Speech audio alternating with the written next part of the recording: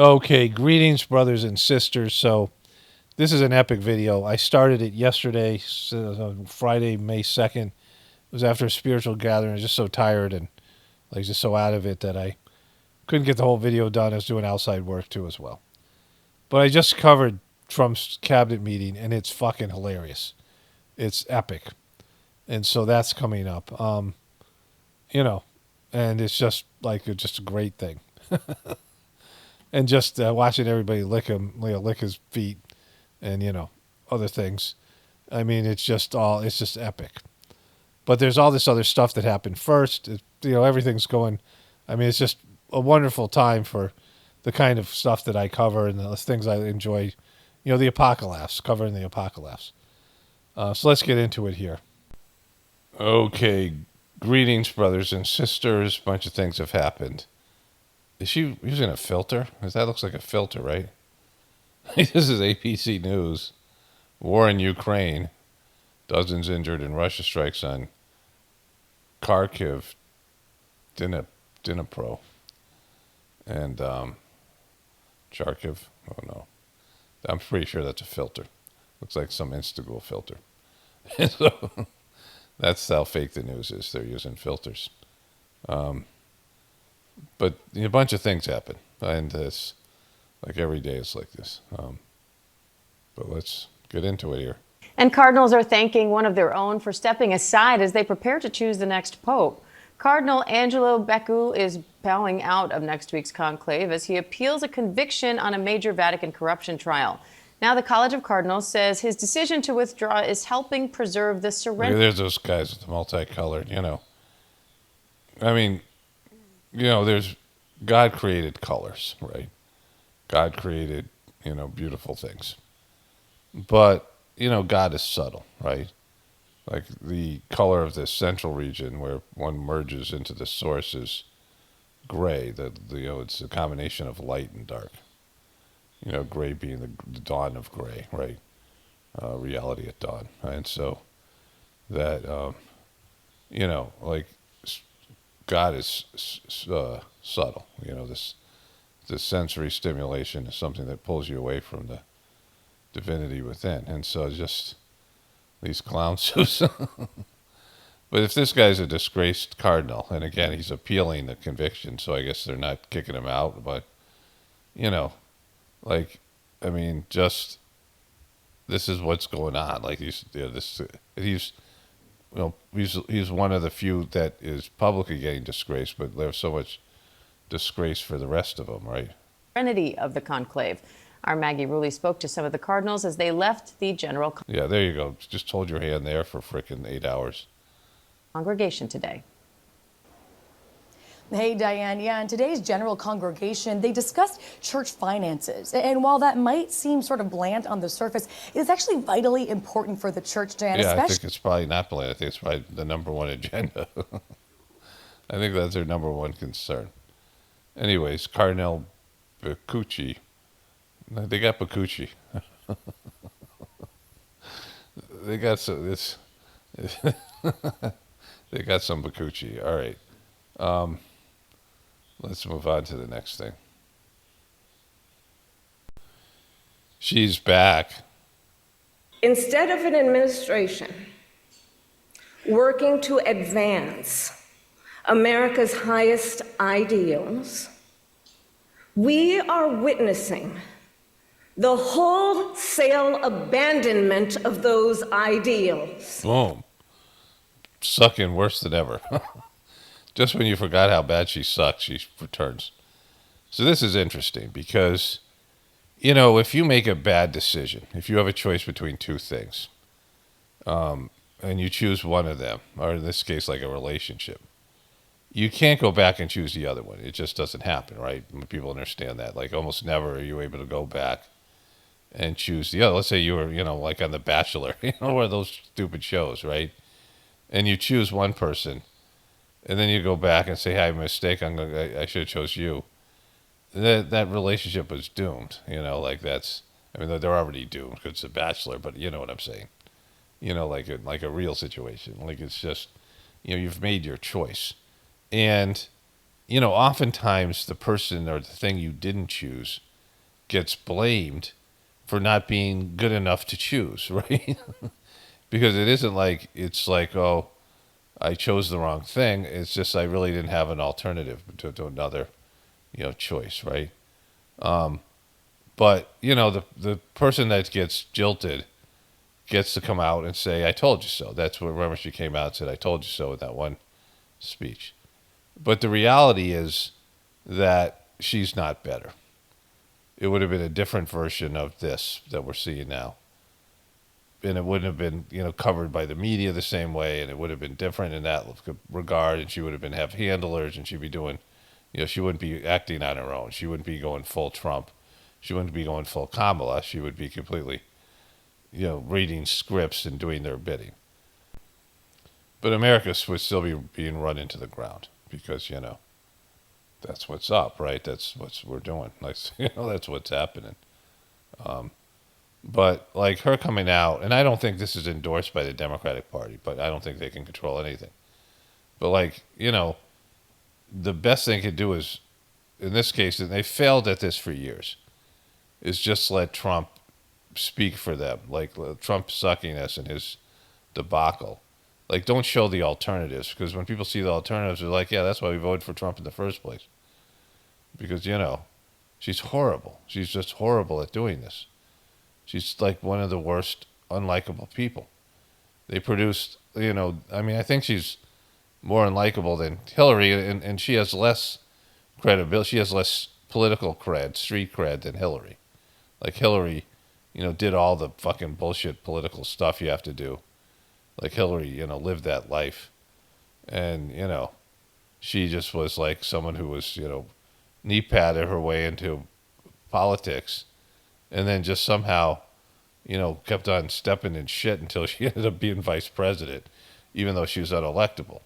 Like Joe Biden picked her because he was like, she was insurance, and he came out and said it. Like he finally came out and said it, and people were acknowledging this. Like I said it years ago, that he picked her because she's unelectable and she's unpresidential, and that meant that they won't get rid of him because that was the alternative. And so like that came out as being a true thing. And then he stuck the Democratic Party with her after he was jilted because he was pissed. And that came out. Like he knew that she was unelectable. And he wanted Trump to win, and so did Joe Biden. Remember, she wore red the day, election day. Joe Biden did, like that whole thing. They're all bitter and whatever, the way that they did him. And they stuck the Democratic Party with her. And that's how bad she is. So I don't think the Democrats want her to do this, but she's doing it anyway. And it just reminds you, like, they are not an alternative. Like, she's basically coming up here and saying that I must have been the good choice, because there had to be a good choice. And I know there isn't. Like, I know that there's two bad choices every time. Not just for president, but anything to do with American politics and the rest of it.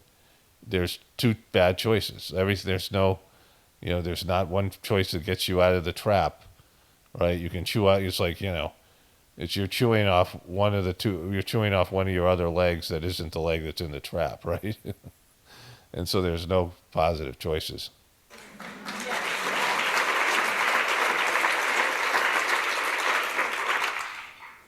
And what we are also seeing in these last 14 weeks. It's her expressions.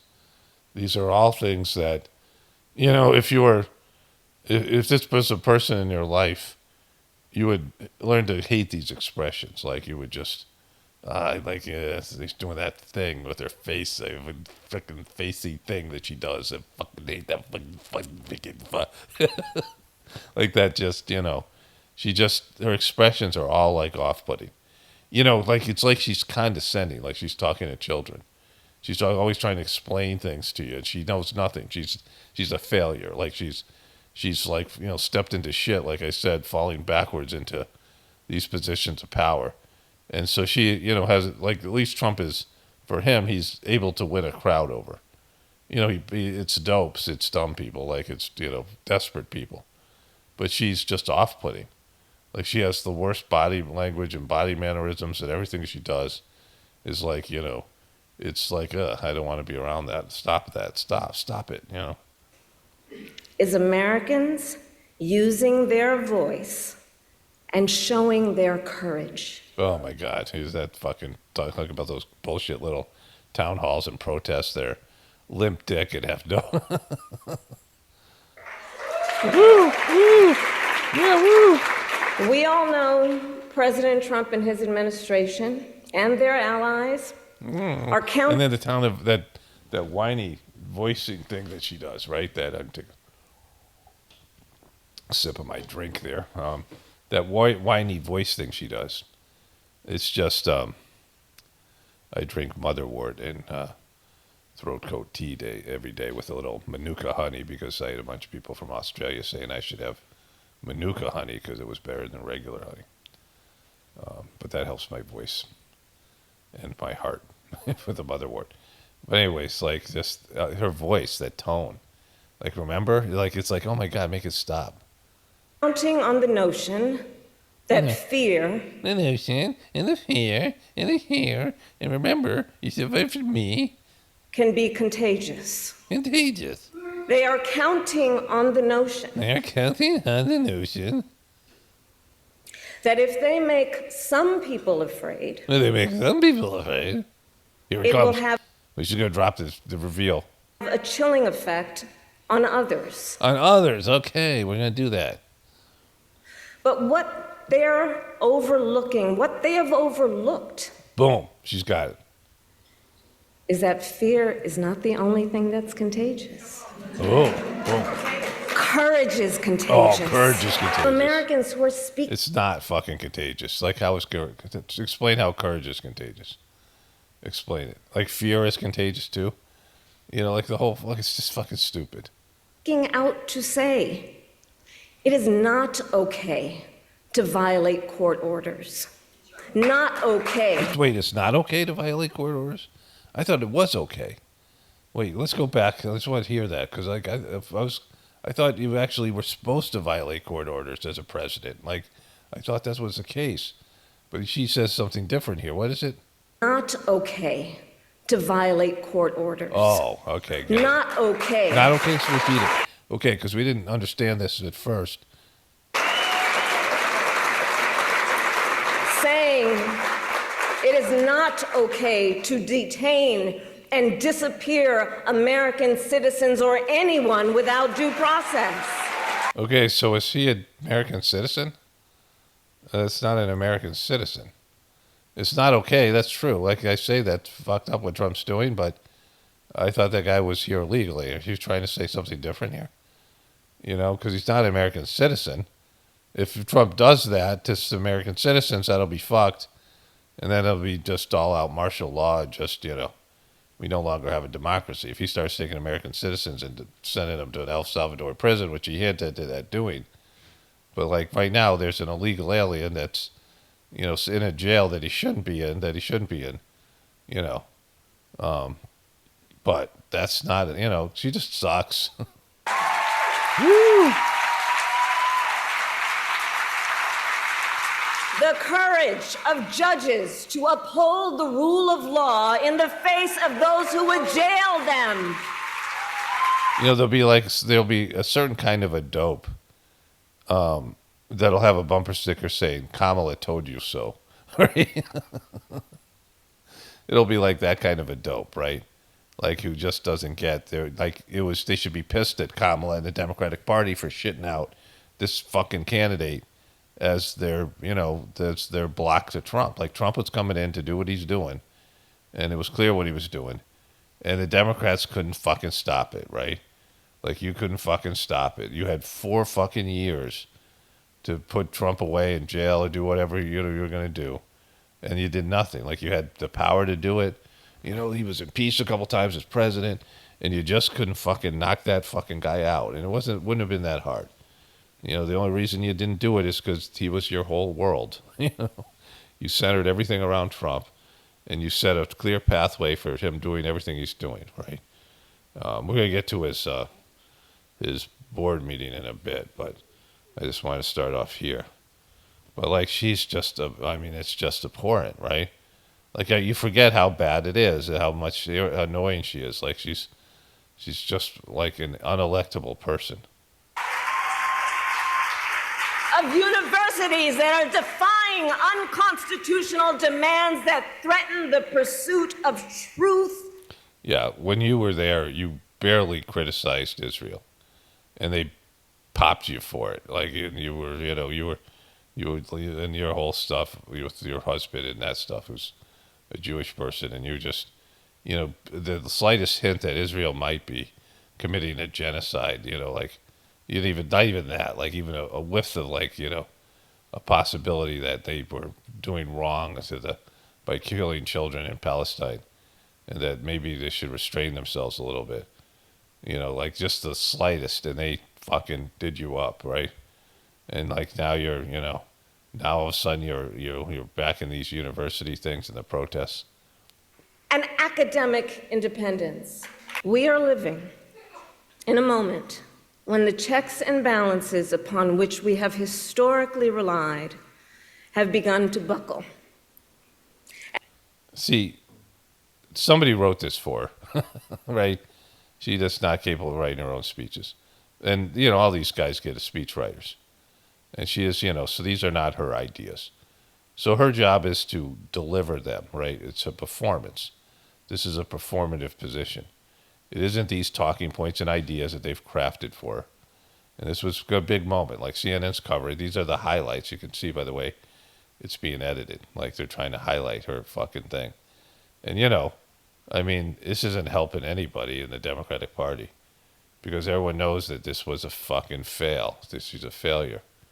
And we here know that when the checks and balances ultimately collapse, if Congress fails to do its part, or if the courts fail to do their part, or if both do their part, but the president defies them anyway.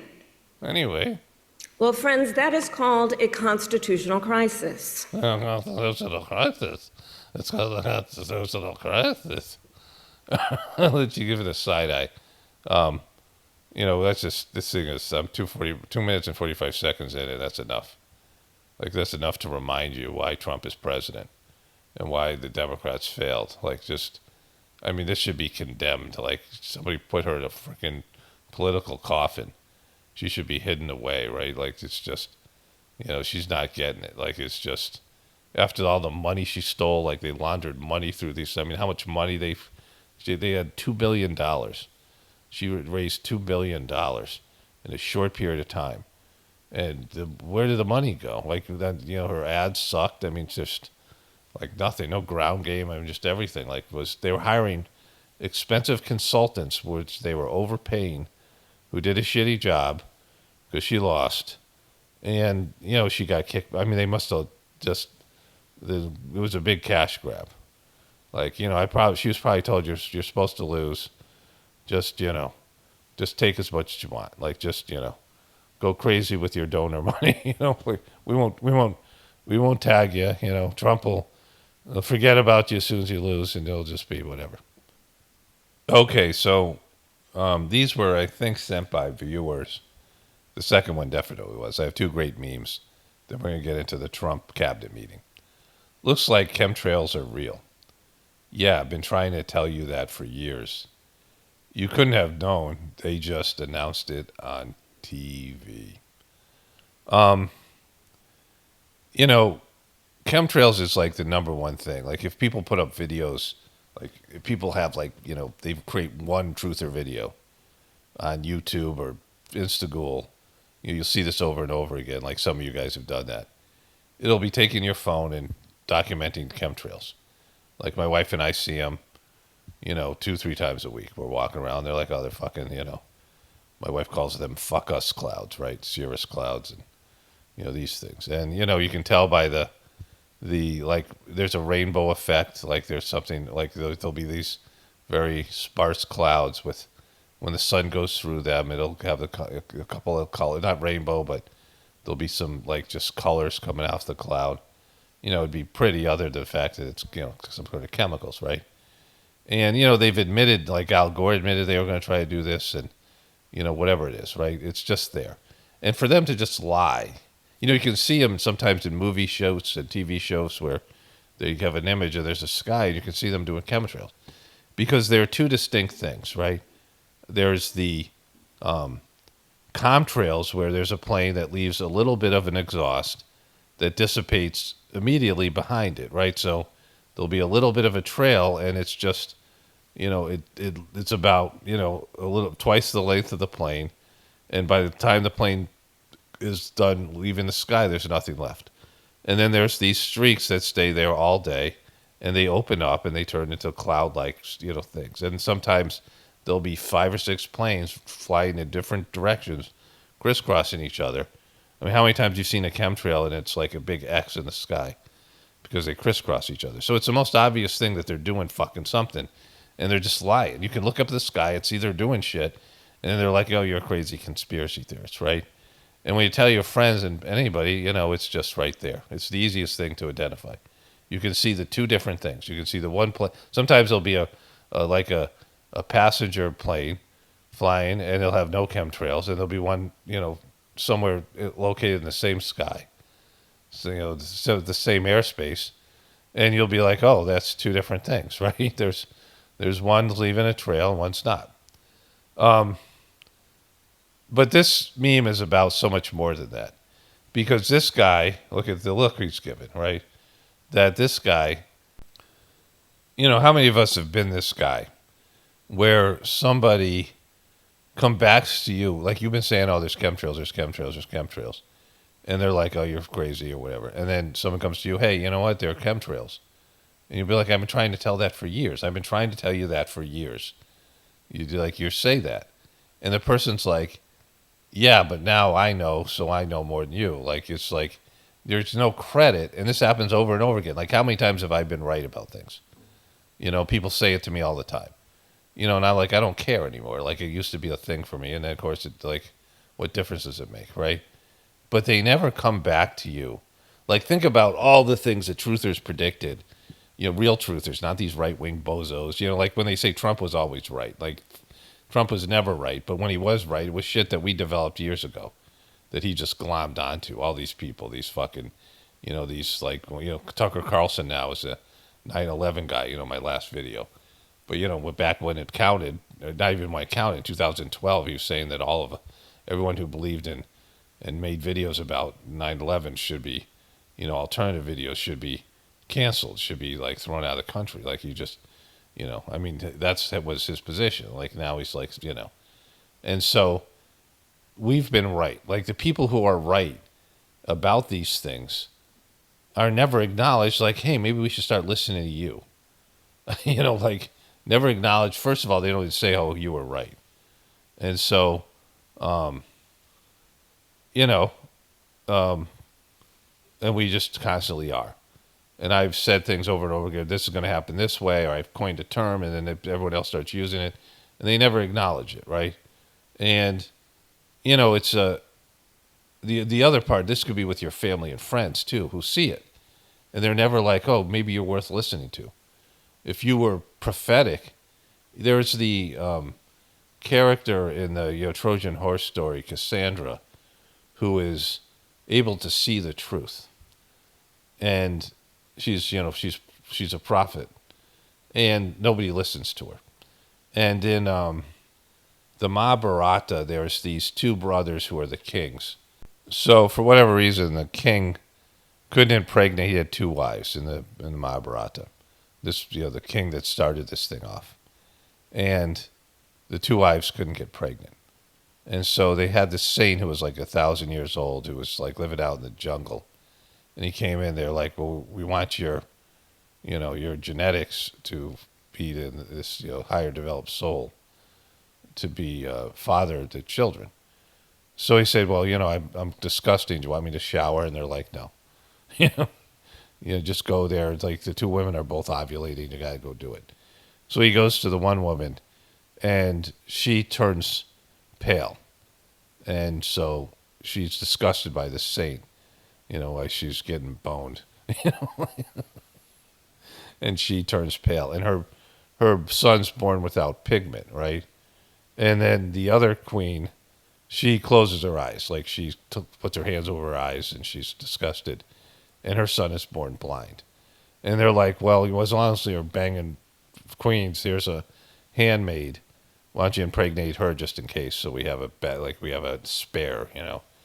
And the spare, and she's like, she just some maid, and she's like she's exalted that she gets to, you know, be the mother to a child of some great soul. So she's just like into it. And she gives birth to Vidura, who is the half brother of the two kings. And Vidura has divine sight, like he can predict everything. He has like complete, you know, access to all the information. And he ends up, you know, Dhritarashtra ends up the blind king. Dhritarashtra ends up being the bad guy. Like his kids are the shitty guys. Like his kids just suck. And he knows his kids suck, but he won't stop them. And so, and he's just miserable. And like, it's great. Like the TV show is so dramatic. It's like a soap opera. And Vidura is telling him like what's going on. And he can see it. Like they're in the palace, but he can see what's going on in the battlefield. And he's just delivering the bad news, like how his sons are getting their ass kicked, right? And, you know, but he's not listened to. Like he keeps on telling everybody, especially his brothers, you know, you guys are heading for a fucking disaster, right? Your kids are going to end up having this massive war, and it's going to bring in the Kali Yuga, and it's like this, all this stuff, and they won't fucking listen to him. Because people don't want to hear the bad truth, like the truth that they don't want to hear, right? And so, you know, even though that you're right, they're still pissed at you because it's like your fault, like you made it happen. Like you see something coming, and it's like, well, it's your fault. And they never listen to you in terms of, you know, fixing things. Like you can say, all right, the economy is going to collapse, and this is why, like happened in 2008. And it collapses, and they go, oh, yeah, you were right. But let's go to these guys who fucked up the economy and have them fix it. Like the same thing that happened with COVID, right? They don't listen to people who said this is what's, you know, the truth about it. Oh, we better start listening to you guys. I mean, everything's just like this, right? And it just shows you how lame, like, you know, humanity is, like, just in general. Because people don't want to hear the truth. Like, they just, you know, and if you tell the truth, they're, like, scared of you. They're like, you know, I don't want you to tell me something else that's true that I don't want to hear. So I'm not going to listen to you anymore, right? So I asked Gemini, because, you know, I want to see the answer. And, of course, there's going to be a lot of bullshit stuff here. Because most of the information that Gemini gets is from mainstream sources. So this is what I asked. Many people posting on the internet alternative news or conspiracy theories are marginalized and mocked, but they end up being right, and are still not listened to. Why is that? It's a complex issue. This is Gemini. It's a complex issue with several interconnected reasons why individuals who promote alternative news or conspiracy theories online might be sometimes proven right on certain points, but still face marginalization and lack of widespread acceptance. The nature of conspiracy theories and alternative news. Mix of truth and falsehood. These narratives often weave together verifiable facts, speculation, and misinformation. When a seemingly outlandish claim happens to align with a later revelation, it can create a perception of consistent accuracy, even the underlying reason or broader narrative is flawed. So they're saying that your anti-government stance is wrong, but you just happen to got one thing right. Like, which isn't the case, right? We know this. But, like, you know, it's coming from a standpoint that the government is strong and healthy and good and mostly truthful. And the people working there are honest, and, you know, there isn't some, you know, underlying conspiracy at the basis of our government, and that's been proven false because just the creature at Jekyll Island, you know, the debt-based currency and those things. Confirmation bias. Both believers and dismissers of these theories are susceptible to confirmation bias. When a prediction, even a vague one, comes true, believers see it as validation, while skeptics might overlook it or attribute it to chance. Post hoc reasoning. Sometimes after an event occurs, alternative narratives are adjusted to fit the new information, create the illusion of prior accuracy. This is, you know, not what I was talking about, right? Like, I'm not talking about things like this. I'm talking about people who are right and then are marginalized. Focus on the negative. These narratives are centered on distrust of the established institutions, and focused on potential negative outcomes, statistically, some negative predictions are bound to occur eventually, which can be misinterpreted as foresight. Again, that's not what I'm saying. Like, I'm saying that things that were said, this is going to happen, and this is like what it is, like, or this is how this thing actually is, and it turns out to be, accurate, with, within reasonable understanding that some of the details are wrong. The boy who cried wolf. Frequent false claims, the vast majority of the alternative news and conspiracy theories are not accurate. Well, I could say that if you include the QBs and these other dopey groups. Like, I would do a follow-up thing here, but I just don't have time. But, I would say, like, the ones that are right. The constant stream of unsubstantiated or disproven claim erodes the credibility of those who promote them, even when they occasionally stumble upon the truth. That's just great. When they occasionally stumble upon the truth. Like, they're saying that we're a bunch of monkeys typing into the thing, and sometimes we just happen to get it right. We're crazy monkeys that once in a while shit out a fucking actual theory. They say that, like, if they put a bunch of monkeys in the room, eventually one will type out a masterpiece. Lack of rigorous methodology. These theories often lack a rigorous fact-checking, evidence-based reasoning, and transparency that are hallmarks of credible journalism and scientific inquiry. Like I said, this is the part that's, social and psychological factors. Stigma and social costs. Promoting or believing in widely dismissed theories can lead to social isolation, ridicule, and damage one's reputation. This discourages many from engaging with or validating such viewpoints, even if a skeptical claim seems to have merit. Like, that's an actual real thing. Distrust of authority and vice versa. Those who subscribe to alternative narratives often have a deeper distrust of mainstream institutions, government, media, science. Conversely, these institutions and their followers may have a strong bias against sources they deem unreliable. This creates a communication barrier. Emotional investment. Individuals can become deeply invested in their beliefs, especially if those beliefs provide a sense of unique understanding or belonging to a community. Admitting being wrong can psychologically be challenging. These are actually the real reasons. Tribalism and identity. Online communities often form around shared beliefs, reinforcing those beliefs and creating an us versus them mentality that further isolates them from mainstream perspectives. But also, these groups don't want to admit that they're enemies, and your relatives don't want to admit you're right. People in your life or whatever it is, right? The power of mainstream narratives. Dominance of established sources, mainstream media, and academic institutions generally have more influence and resources for disseminating information. Their narratives are often more widely accepted due to established credibility, even if imperfect, in parentheses. Gatekeeping. Traditional gatekeepers of information, editors, fact-checkers, peer reviewers, play a role in filtering out information deemed unreliable, which can inadvertently lead to the dismissal of potential accurate but unconventional claims. Like, there's always real stuff in these things, right? Like, they might have their bullshit things, but these are and there's the difficulty of nuanced black and white thinking. Conspiracy theories often present a simplified black and white view of complex issues, and lack of media literacy. Not all individuals have the critical skills to evaluate information from various sources effectively, making it difficult to discern the rare accurate claims with a sea of misinformation. It's certainly better than Google, like the things that it said. All right, so let's move on to the next meme here. Who had the deadliest jab? Muhammad Ali, Joe Frazier, Mike Tyson? Or this motherfucker? Quality meme. Like, the memes are just the best. Okay, before we get to Trump's cabinet meeting, there's two things I want to cover. So, I covered this creepy relationship between 74-year-old Bill Belichick, or 70 plus, whatever, and his 24-year-old girlfriend who was just in high school, and they had a weird interview. And I was like, well, what's this about? And so the one clip they show is where the reporter asks Bill Belichick about his relationship with this girl, where they met. And she says, we're not talking about that. And in a way that kind of looked like she was handling Bill Belichick. And then, of course, there was a deep dive. So I looked into it.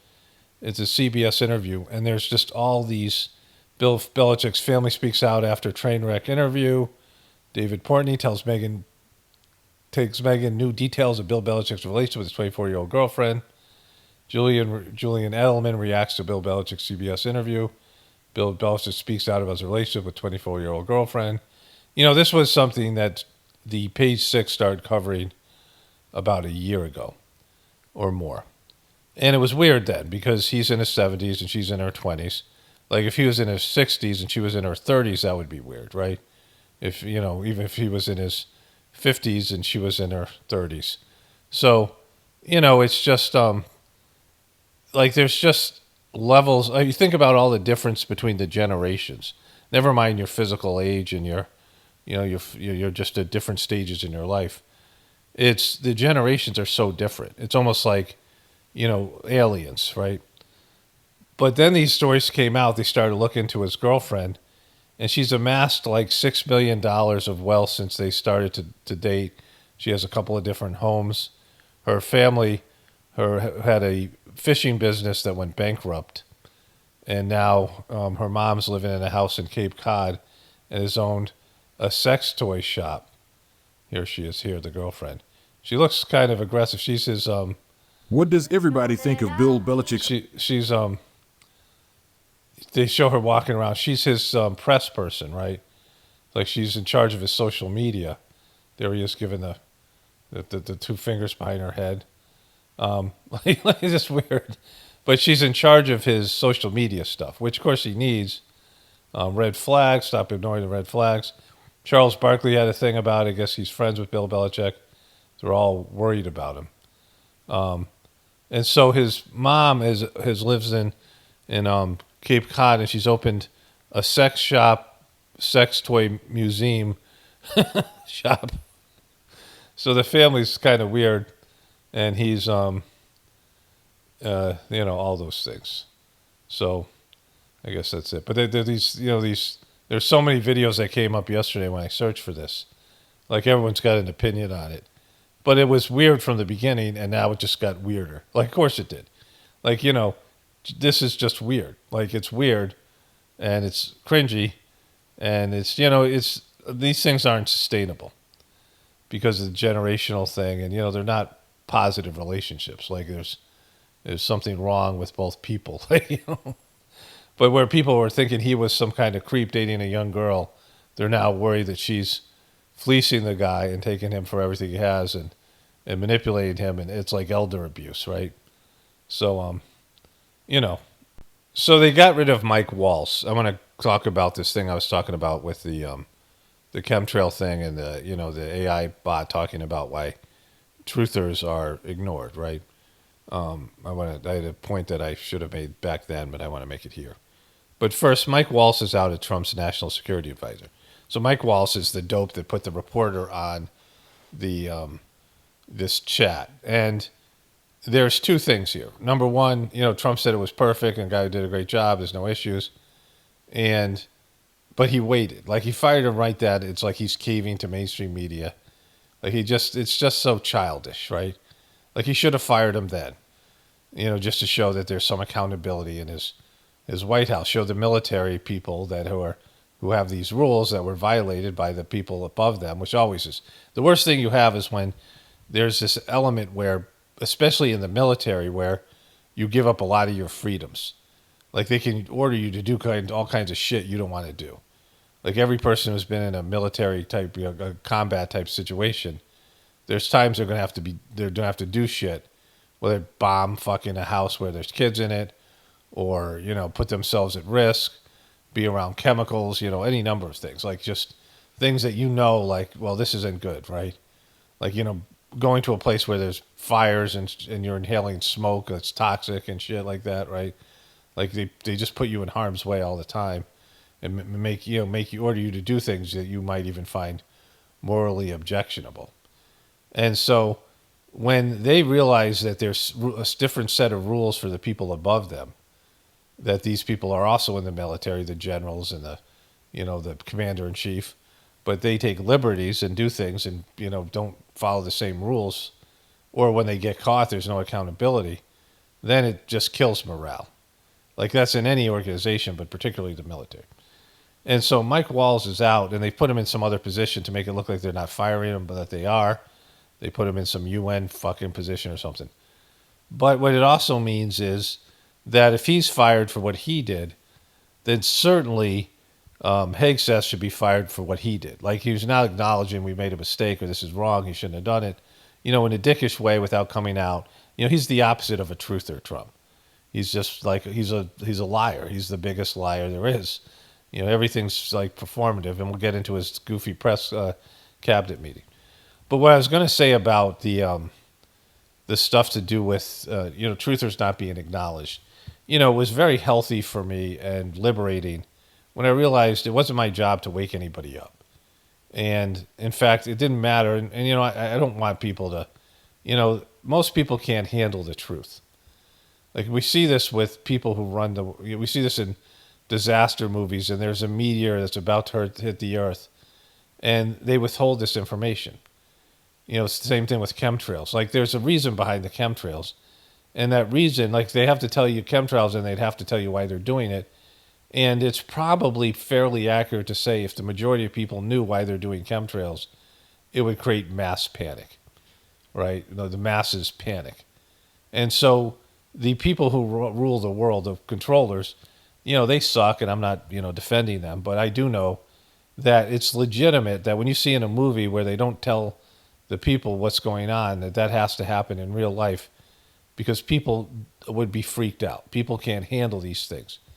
And, I mean, and if you say, all right, well, we don't, that's not necessarily true. Look at the way people handled COVID. And it wasn't nearly as deadly or, as much of an issue as it was. People are still wearing fucking masks today, right? After it's been said that these cloth masks don't work, all this stuff. I mean, so, look at the way the censorship was. I mean, just look at all the shit that happened during COVID. Look at all the things that happened after 9/11 and these other events. And, something that would be really bad news, like if they came out and said if they were fucked, like if all the people in the country or the world listened to what I was saying and took it, as really analyzed it, about the inevitable collapse of our civilization, why it's a good thing, why it has to happen, all these things.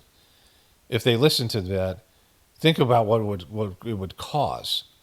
And so I don't, the truth is whatever, like waking everybody up, and, people can handle the level of truth that they can handle. And very few people can handle the spiritual truth. Very few people want to hear that their soul has a purpose and that their ego is hijacking their soul's purpose. And I could go to each person and, get to know them a little bit and tell them, because it'd be easy to see in what ways that they are not doing what their soul wants them to do. I mean, each person could answer that for themselves if they were interested. They could just pray and ask God, and God would tell them. They ask their soul, whatever. They would just, you can communicate with your higher essence. You can communicate with the God. God will answer you if you ask questions. People don't ask God questions because they don't want the answers. And so, I don't care about any of that stuff. It's none of my business. But I just have to say things that I have to say. We all have responsibilities. We all have our duty that we have to do, our duty to God, right? Whatever, to humanity, our role to play. We have these things. Like, duty is a word that doesn't, the age of dharma, which is the Sanskrit way of the word for duty, where everything is done because you sacrifice things you want to do for your responsibilities in these things. And, like, everybody has that, and you have to figure out what that is for you and what you're supposed to do. And then you just do it, and you don't worry about the results. You do the work and leave the results to God, which is a great Sajmark teaching. And so anyways, there's that. But like I said, waking people up, and I don't expect that that's going to happen. I feel like lots of people aren't supposed to wake up because, they're not chosen for they're just going to die when the shit goes down, right? They don't need to know. They're not going to be a pocket of the future. They're not going to survive the apocalypse. If like lots of people are going to die, then what difference is it going to be? When I started to understand truth or narratives, I was talking to my mom, and I didn't tell her a lot of things that I knew when subjects came up that I had information, but I'm like, she's 90 years old. She doesn't need to hear this, right? Like it doesn't. It's going to affect her life, and she's not going to. I mean, she just just upset her, right? Like she's worried about me or whatever it was, like. And so I mean, she was around my brother who had some of these narratives. I don't know how much he talked about the Federal Reserve and things he knew about years ago, but it was enough to her to wake up. She should just prepare for her death, and so it wasn't essential information. And so for lots of people, that's the case. If they're not going to survive the apocalypse, then, all of it. But anyways, Trump is admitting that he should fire Hegseth because he fired Walz. Like they both are guilty of the same crime. But he's just trying to, save the embarrassment. He fires both of them. And he looks like an imbecile. So then there's this. I want to ask you, Catherine, about this great bit of reporting from Rolling Stone today about the tariffs. Okay. Rolling Stone. And about preparations that are happening. I'm sure this has happened to you and people that people have been like front loading their consumption. I'm hearing from newly evolved preppers and hoarders. Yes, exactly. Yes. And it has a little... Okay. Newly evolved preppers and hoarders. So it says here that the title of this video is Spook Trump Officials Hoarding Supplies Over Shortage Fears, Rolling Stone Reports. Now, let's say this is true, and I think it's probably true, just based in, they know shit's going down. So the first thing to address is preppers and hoarders are not anything alike. A hoarder has a psychological issue. A prepper is somebody who is aware that our system could break down, and it will inevitably break down. And so you have to be prepared. Being prepared for something and hoarding are two different things.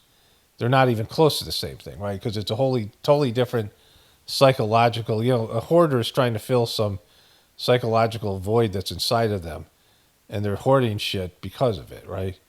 Like it's, just whatever, you get it.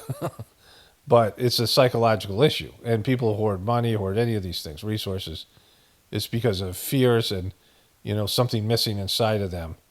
And so they're trying to fill the void inside of them through, shopping, right? Mel DeMarcos, that famous wife of a prime minister or president of one of those countries out there, like Philippines or something, she had like 1,000 pairs of shoes or something crazy like that, right? So that's one thing. But prepping is just preparing for the inevitable. And preppers were validated during COVID, like going back to how people lost their shit over COVID. You can see where having supplies stored is a good thing. It was like a warning sign for people. You could go to your grocery stores and they could be empty, and you're going to have whatever you have. If you have only a week's worth of food, you're fucked, right? If you have only a day's worth of food and water. I had a whole thing on my Pockets of the Future website that's no longer exists because it's front page. It was a section called Plan B, and I had all these resources and things. But it's the idea that you have to have a plan B if the system collapses. You have to have a backup plan. People, like when we were kids, we used to do fire drills, and what happens if the electricity goes out and these things. People have to have that and be ready for it, because when it happens, your other alternative is to run as a group, like some sort of, like run to FEMA camps, or go into some, a horde, different than hoarders. There's this guy, his name is Joel Skounson, and he has this book out called Strategic Relocation. Now, I don't have the book. I maybe have seen the book, but I've seen interviews with the guy. And he's done research into this. He builds escape rooms, secure rooms for people, like really rich people. And he did all this research on, what happens when there's a nationwide collapse. And people will form large groups of panicked, horde of panicked people going like full animal. And they'll walk up and down the highway going 3 miles, to the left and right of the highway. And they'll devour everything in their path, right? And there'll be, hundreds of thousands of people. Like it's just, like there's in California, there's like 20 million people, and the only way out, you're pinned against the ocean on one side, and the only way out of that country is these few highways. And so, these things are going to happen. at some point. It might be 100 years from now, but we know that. Like, we know, like, there's biblical stories of this and ancient stories, and they find these ruins buried under volcanic ash and whole cities and shit like that, right?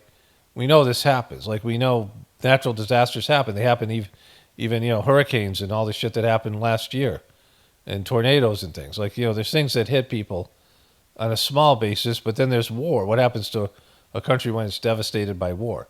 We've already seen this happen globally in different locations, but not all at the same time. But if it does happen like that, and there are these upheavals like are predicted in the Sajmark Whispers of the Brighter World and other places, if there is a time when that time has happened before, where there's extinction level events, or just the collapse of any number of things, right? And so when those things happen, then you need to have skills, and you need to have the ability to grow food and have water and things. And if you don't have that, you're fucked, right? A little bit of that texture. Let's go back here. Their consumption. I'm hearing from newly evolved preppers and hoarders. Yes, exactly. Yes. And it has a little bit of that texture of the early COVID days of like, oh, go get all the paper towels. So this is a great bit of reporting in Rolling Stone. 2 Trump administration officials and a Trump aide tell Rolling Stone they have done some stockpiling of their own in recent weeks or months. They know others working in Republican politics inside and outside the administration who are doing the same. One of the Trump officials says they have already run to Target to bulk buy toilet paper, some types of food, other household supplies. When asked why they're doing this, a Trump aide who says they and their partner have done similar household hoarding lately are also stashing cash reserves in their D.C. area home simply replies, because it would be stupid not to. Well, to be fair, Doge has also been responsible for toilet paper shortages. Okay, so, the issue here is it's always about toilet paper. That's like, it shows you what people value. But, there's these hoses you can also install in your, on your toilet, which is just FYI for people. Then, of course, it means you have to have water, which is the whole thing. But here's the thing about all of this, that this is, it's not just hoarding these things. A lot of these manufacturers started to ship extra stuff from China. A lot of these things, they started to double order these things, some of these box stores. So there's actually a glut of product right now because they're trying to beat the tariffs. And that's going to run out at some point as well. And so the Trump administration knows this is going to happen. And Trump knows it's going to happen. They're not doing shit about it. Fox News and all these motherfuckers are still, kissing his ass and all this shit. And so, this is a planned thing, right? Like, we all know it's coming. And this is they're preparing you for having less. And so, all that implies. Again, this is where all of us who are, have some level of being preppers, or at least talking about being preppers, or at least being aware that these things are coming, we're right again. And, this whole thing, right? The whole thing that I said earlier. Okay, so this is May 3rd. They did this to her here. It's even worse in the beginning. This is the beginning of the video. They did this to her. That's what CNN had as her. I mean, it's something that I've just randomly be able to do, but weird facial expressions that are stopped from these freeze frames. The gathering that we had, the spiritual gathering, was just epic, and I'm like out of it. Like the way that you can judge a good spiritual gathering, it's that afterwards you just detach from the world, and you just want to stare at the wall, and you don't want to.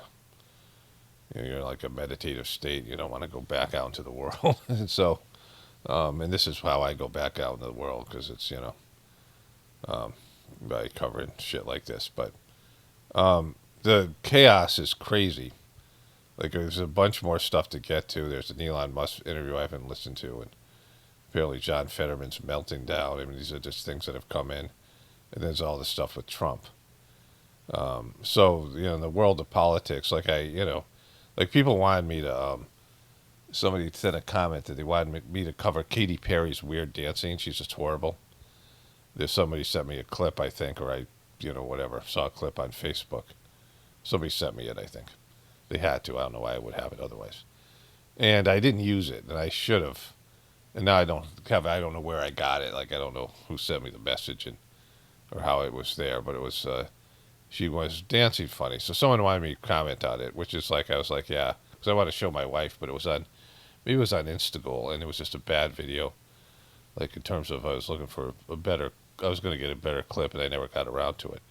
And then somebody wanted me to do a commentary on it like I used to do with Brittany. And I was going to do it, but I couldn't find the clip. I found lots of people, there's all these reaction videos that people have, right? And, so there's just things like that just are like I would normally cover. Or, I watch something, I'm like, wow, like this could be in a video, but there's so much stuff. There's more and more. I just have these tabs open with video clips. And then after a while, I'm like, it's too late to cover it. I just X out of it. And it's just the world's a mess right now. I mean, we're definitely like just free falling. And so, in all that, Trump has made kind of a fortune on crypto. Like Trump has, he was not really a legitimate billionaire for a long time. He claimed to be a billionaire, but he wasn't. And when he became president, he became a legitimate billionaire. And these last 2 years, he made a lot of money on crypto. $1 billion, and he made another couple $1 billion on his Truth Social, which again, this was something he should obviously have done. Like I said it, if you guys remember, I was like, he should totally have his own social media network going into the election. Like a smart person would have done that because you couldn't see that he was being canceled, but he's not sharp. And he doubled his wealth. He's up to like $5 billion, and he wasn't really a billionaire when he started being a president. Like he was never really a billionaire. Like he faked it, and some guy did the math and showed that he wasn't a billionaire, and Trump sued him, and Trump lost. Like the worst thing you can do for Trump is say that he isn't as rich as he says he is. Like that's his number one thing. All these other things. And so let's start here with this dude. A $2 billion deal using Trump's crypto could generate hundreds of millions of dollars for Trump's family. This is according to the New York Times. An Abu Dhabi investment firm is using a crypto coin launched by Donald Trump's private company in the world's biggest crypto exchange. Now, the deal was announced by the White House envoy to the Middle East's son, Zach Witkoff, who was there with Eric Trump. That's the issue, right? Joining me now is Harry Enton to tell us. Harry's really obnoxious. We've seen him before. He's like overly New York and loud. Something we don't know. All right, so tell us something we don't know because tell us something we don't know, Harry. Obviously, the imagery there is very powerful. But what's the reality? How much is Trump making from crypto deals just right now? I mean, this is one of the most insane stats that I have seen. And I brought you a lot of interesting nuggets. But the Trump family overall, how much have they made on crypto, at least on paper? Get this number. It is about $1 billion. $1 billion. Because remember, it's not just Donald who's involved in crypto. Okay, so, he goes, well, let's listen to this clown. It's Eric who's involved in crypto, and it's Melania who's involved in crypto. That is an insane amount of money. I just only could wish I would one day touch that much cash. I mean, I bet you do wish that, Harry. I for you to have this reaction, I would think it was $10 billion. The kind of money that's being launched. But Trump has definitely monetized his presidency, and he is hooked into the tech world and crypto. And that's why he's getting all the support, because these people are all, it's not that much money given the way that crypto went up. I was there when Bitcoin was 10 cents. Like, I didn't know what it was because I'm old, and, but people were like giving Bitcoins to each other to buy pizza. Like these young people who were first in on it. Like they would be like, I just give my roommate 20 Bitcoin to buy his pizza. And now Bitcoin's $100,000. So, and then there's all these other cryptocurrencies, and I'm kind of aware of some of it. Like I don't really, but in terms of making $1 billion, there are people who are multi-billion-dollar, winners in crypto. That guy Max Kaiser, some of these other people, that you don't know about, those Winklevoss guys. There's all those people who were in on this when it was cheap, and they bought and they held it, and they have, because it's very easy to sell it off when something you think, all right, this is, a pump and dump, because it's a very easy thing to pump and dump, because it does have value in terms of sending money, and there could be a cryptocurrency. There eventually will be a cryptocurrency if the system holds up. Cryptocurrency will just be the way that people exchange money. They use blockchain stuff for all this stuff. The blockchain has value, but it's only in the cyber world and in all these things. But Trump, to his credit, saw this thing, and then they probably paid him off. It showed him, if you buy this much crypto, it's going to go up, and if you change some of these laws, it's going to go up, and you buy certain cryptos, like I think it's Ripple. There's some of these ones that were engaged in lawsuits and things, and you resolve these things, and it immediately go up when you resolve these things. And so, you're double, triple, quadruple your money. And Trump understands that shit, even if he doesn't even know what crypto is, probably doesn't. But he had a crypto summit, and this is what he's done, right? But this is how Trump is, when people say Trump didn't take his salary, he made $1 billion because of his presidency on just crypto, another couple $1 billion on Truth Social. And so this has been great for Trump as a businessman, and he's monetized the shit out of his presidency, probably more than any other president. And he's not a great businessman or a great business genius, but he knows how to do these things, and he gets people around him who they say, all right, you do this, and we'll make a bunch of money, and Trump goes, all right, I'll do that. Oh, this. That is incredible, and it is, as you've been looking at it, just part of a larger picture of Trump's wealth, his wealth personally taking off. It has skyrocketed, Aaron, skyrocketed. Look at what Forbes has found. What they have found that over the last year, you go back to last year, look, Trump was worth a lot of money, but it was $2.3 billion. Look at how much he's worth. Yeah, I said this. This isn't something I didn't know, because she has this. I knew this because I covered this. But he's doubled his money.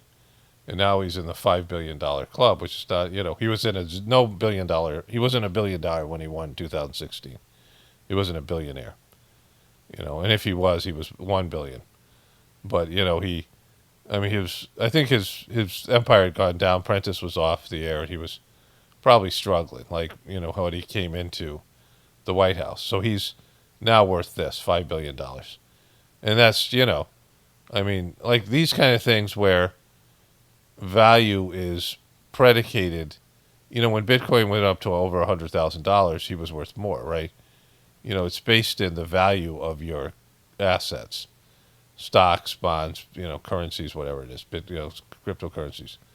So Trump can be really worth, when the economy is, and who we don't know kind of the kickbacks he's getting from the tariff thing. He's always going to get something. So this is what his presidency has done. So don't think he's not making fucking money off his presidency. He's monetized it in ways that, it's nobody else would even try because it's so seedy, right? And, like he just pushes the, like people have problems with some level of it. They don't mind if you take a little bit, but if you get too goofy, then people are like, all right, you got to fucking rein this guy in. Worth now, it's more than doubled. More than doubled. He is now up. His net worth is now $5 billion. Part of that is crypto, but part of that is also, of course, Truth Social, part of the larger media conglomerate. So I knew about all this stuff because, I looked into Truth Social while he was getting elected to see how much it was worth. And it was like, if he got elected, it's going to be worth $2 billion. If he lost to Biden, it'd be worth nothing, right? So it'd be worth next to nothing. Like it was all predicated on him winning. Like, it looked like Elon Musk was Tesla's stock, which is always a good stock, was going to go up as well. But it's, we know what happened with that. So it's just, some of these things it's hard to predict based on, we kind of could have predicted the Elon thing because of his personality and the liberals turning on him. Going public, but you put it all together and Trump's wealth is through the roof over the last year. Very different than most Americans' yes. 401ks right now. $2 billion. Okay, so there's that. Who's got this? $1 billion deal using Trump's crypto could generate. That's just it. Back to the beginning. Okay, so I saw this headline. Stephen A. Smith said Candace Owens had turned on Trump. And then this came in yesterday from Dandy Don Lemons, who is, a gift from the internet mocking gods. About Donald Trump wanting to take away Harvard's tax exempt. Wait, let's start at the beginning here. This is Candace Owens speaking about Donald Trump wanting to take away Harvard's tax exempt status. Here it is. I never thought that I would see a day where I would be rooting for a university above Donald J. Trump and his administration. But I don't recognize his administration right now. I don't recognize what's happening. How could Trump be such a free speech enthusiast and allowing these things to happen? Going after college universities, trying to suppress speech while pretending that you're not suppressing speech, while pretending that you're fighting DEI. Okay, so people send me things for Candace Owens or say I should watch this Candace Owens thing, maybe about Macron's wife being a dude or something. She put it out, I guess, some, quality things. But, my litmus test is, and I don't watch, she's not really a truther, but whatever, is, when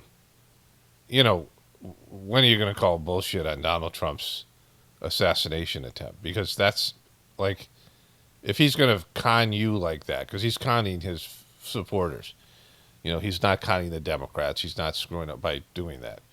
And, that WWE thing, it was so low brow and low vibration. And just, it's everything. Like, it's him being a complete fraud. Him, pretending that he was fucking bleeding in, Ketchup Gate.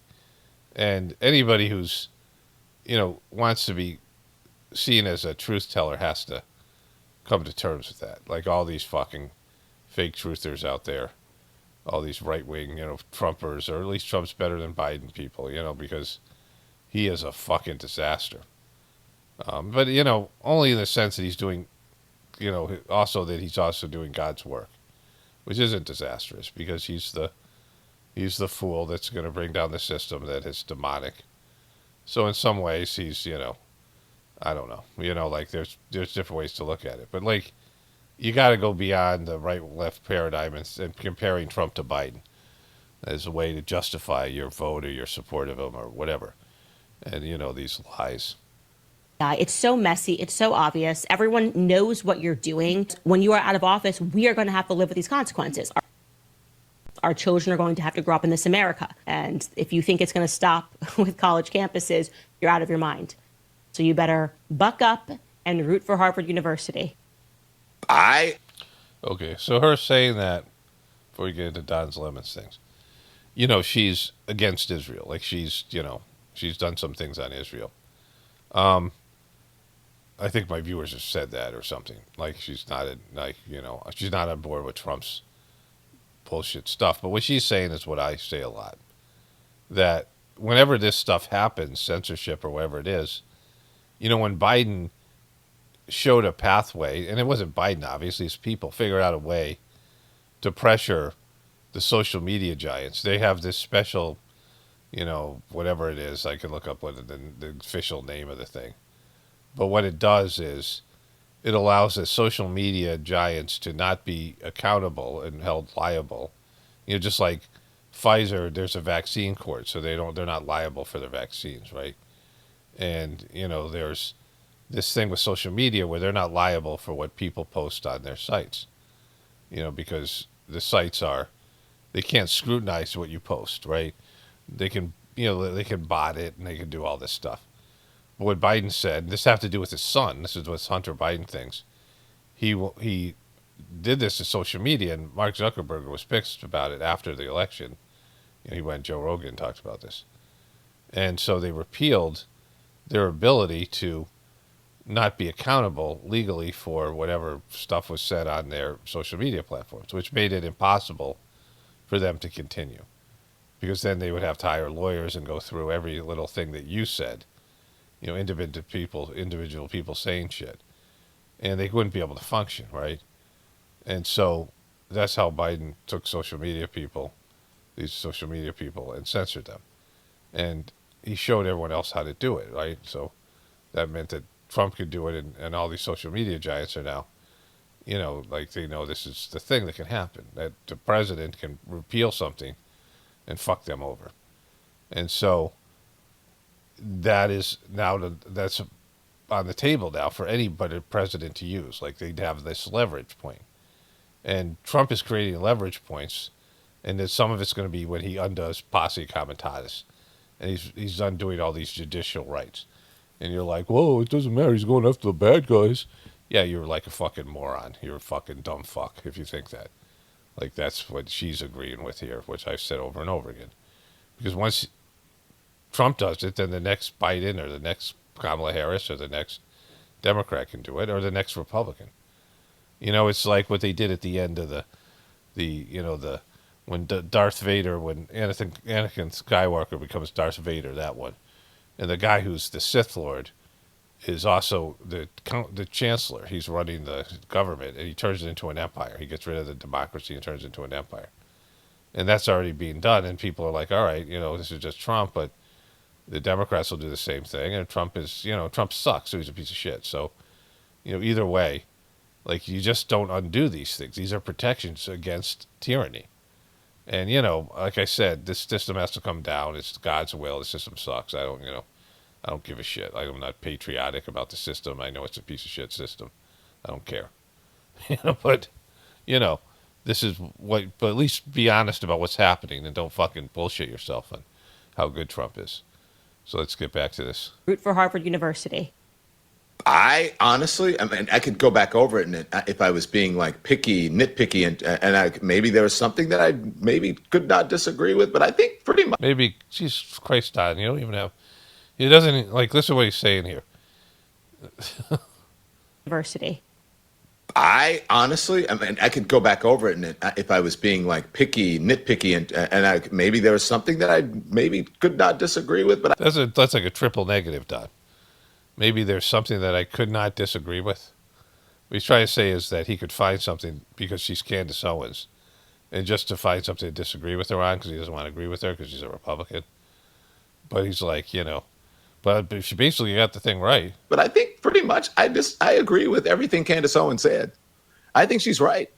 If you believe in free speech, if you believe in fighting for individuals to be able to say and express themselves in ways that is allowed under the Constitution, in ways that are allowed under the Constitution, then you agree with her as well. You should. I may not agree with you.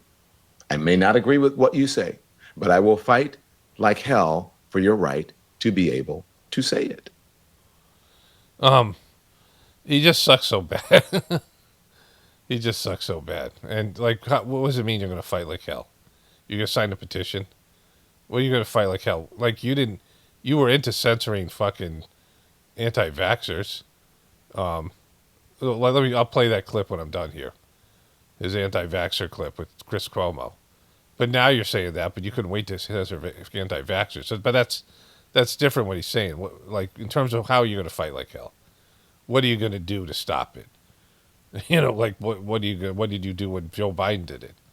Joe Biden censored everybody, and you didn't do shit about it, right? Like, when he was doing it, you were just agreeing with him. And so, like, he says this shit, like he's, people, he just sucks so bad. He's a mocker's dream.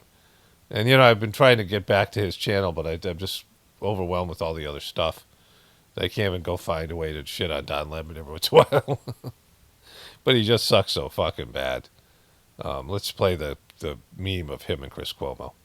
I think we have to stop coddling people when it comes to this and the vaccine, saying, oh, you can't shame them. You can't call them stupid. You can't call them silly. Yes, they are. The people who aided and abetted Trump are stupid because they believed his big lie. The people who are not getting vaccines, who are believing the lies on the internet instead of science, it's time to start shaming them. What else? Or leave them behind. Because they are keeping the majority of Americans behind. The hypocrisy is off the charts, and it is sickening. So they all have Gulf of America hats. Like, Trump has put these hats out on the fucking table, right?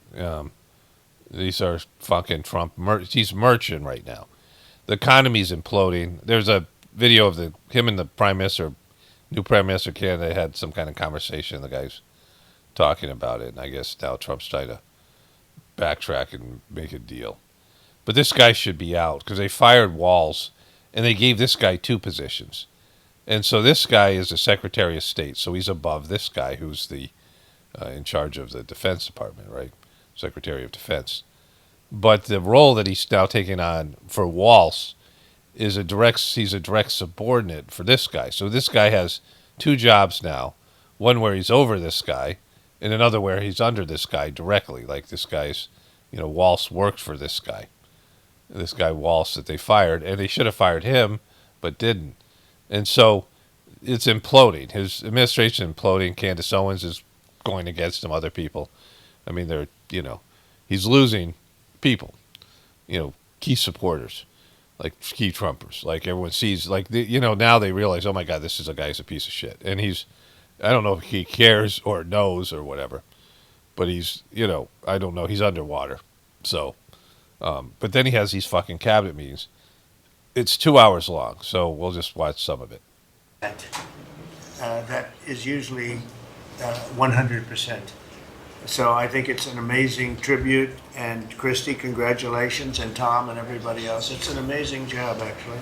This is where he's going to go around and tell you how, this is a sales meeting that they're making public, and they want to tell you how everything's great and it's amazing and we're doing so great. And, they don't have any fact checkers here, bullshit detectors, but this is what it does now, right? He has these sort of, we're doing great kind of celebratory victory dance things he's doing. And it was done very quickly. We officially designated Tren de Aragua, MS-13, and the Mexican drug cartels as foreign terrorist organizations. So they're not terrorists, right? They're drug cartels. Terrorists would be, the whole world terrorists. Anybody who uses the word terrorist in government or in media is demeaning people who are insurgents, right? So people who have gotten fucked over by a powerful entity. It's people who have lost their country's fucked by, like what's happened to the Palestinian people who don't have an army and what Israel has done to them.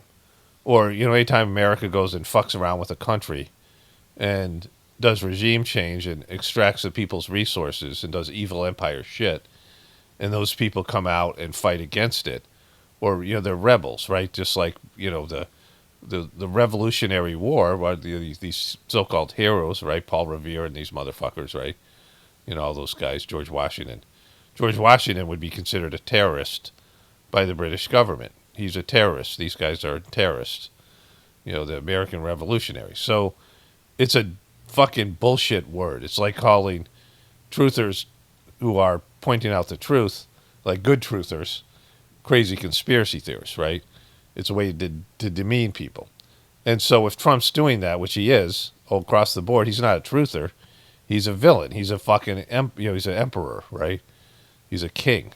This is what they do. They demean the opposition, the rightful opposition, the people who have been wronged, who are coming out in their way. They don't have an army. They don't have any ability. So those are insurgents or whatever you want to call it, right? Then he should call all the January 6 people terrorists, all the people, all these other people that he backs. And so he's just a fucking liar, and all the people that support him should see through this shit by now. Like, this is a bad guy. The gang cartels is something different, right? Gang cartels are bloodthirsty, horrible people. And, gang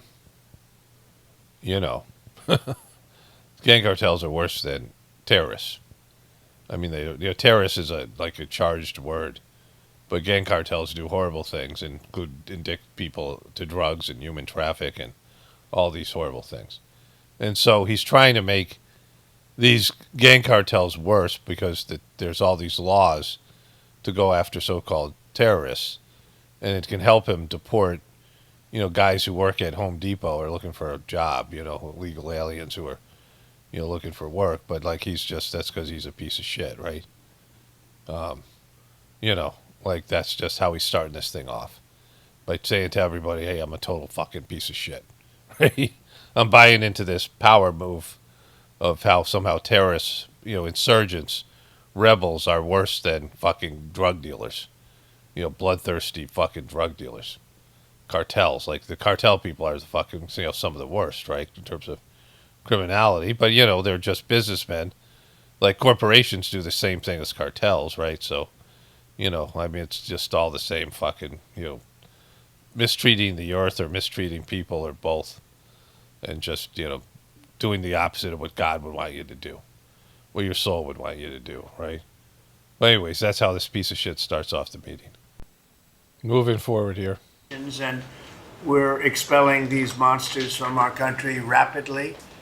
Again, calling people who aren't monsters, right?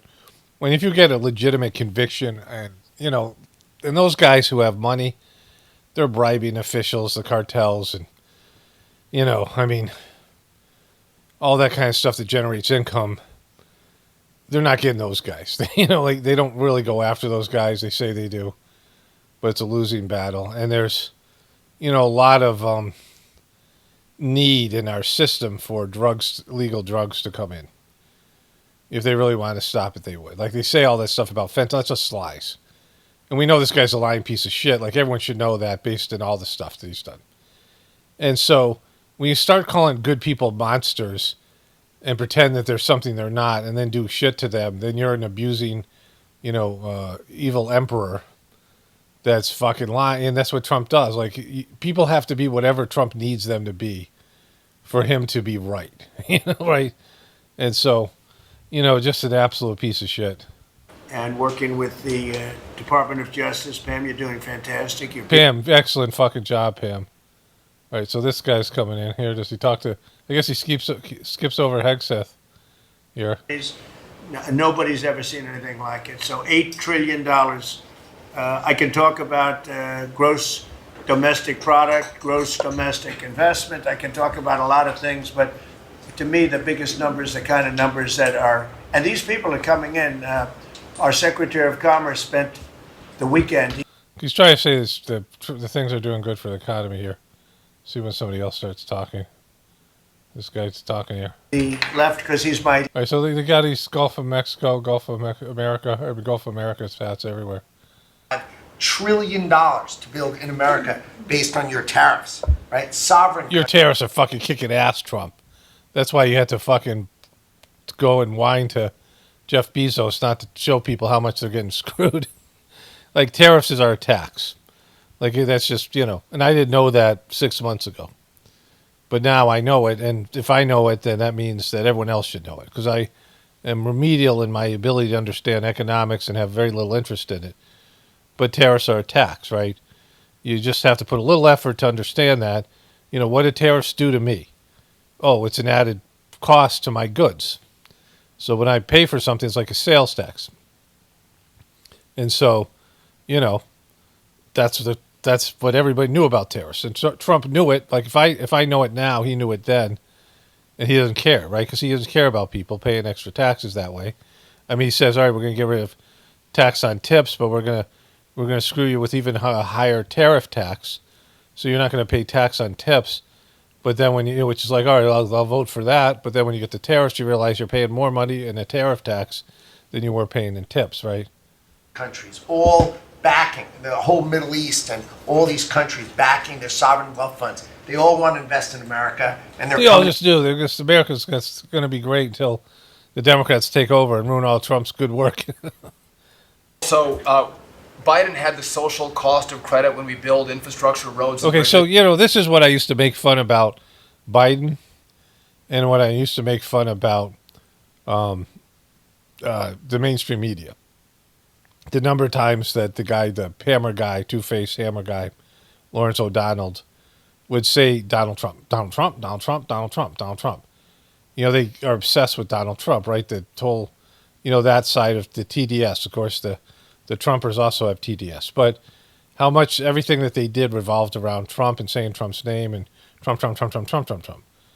And so now it's Biden, the guy they can't stop saying his name. The guy's senile and gone. And, every time something goes wrong, Biden screwed us. And, it was Biden. We got to fix what Biden did.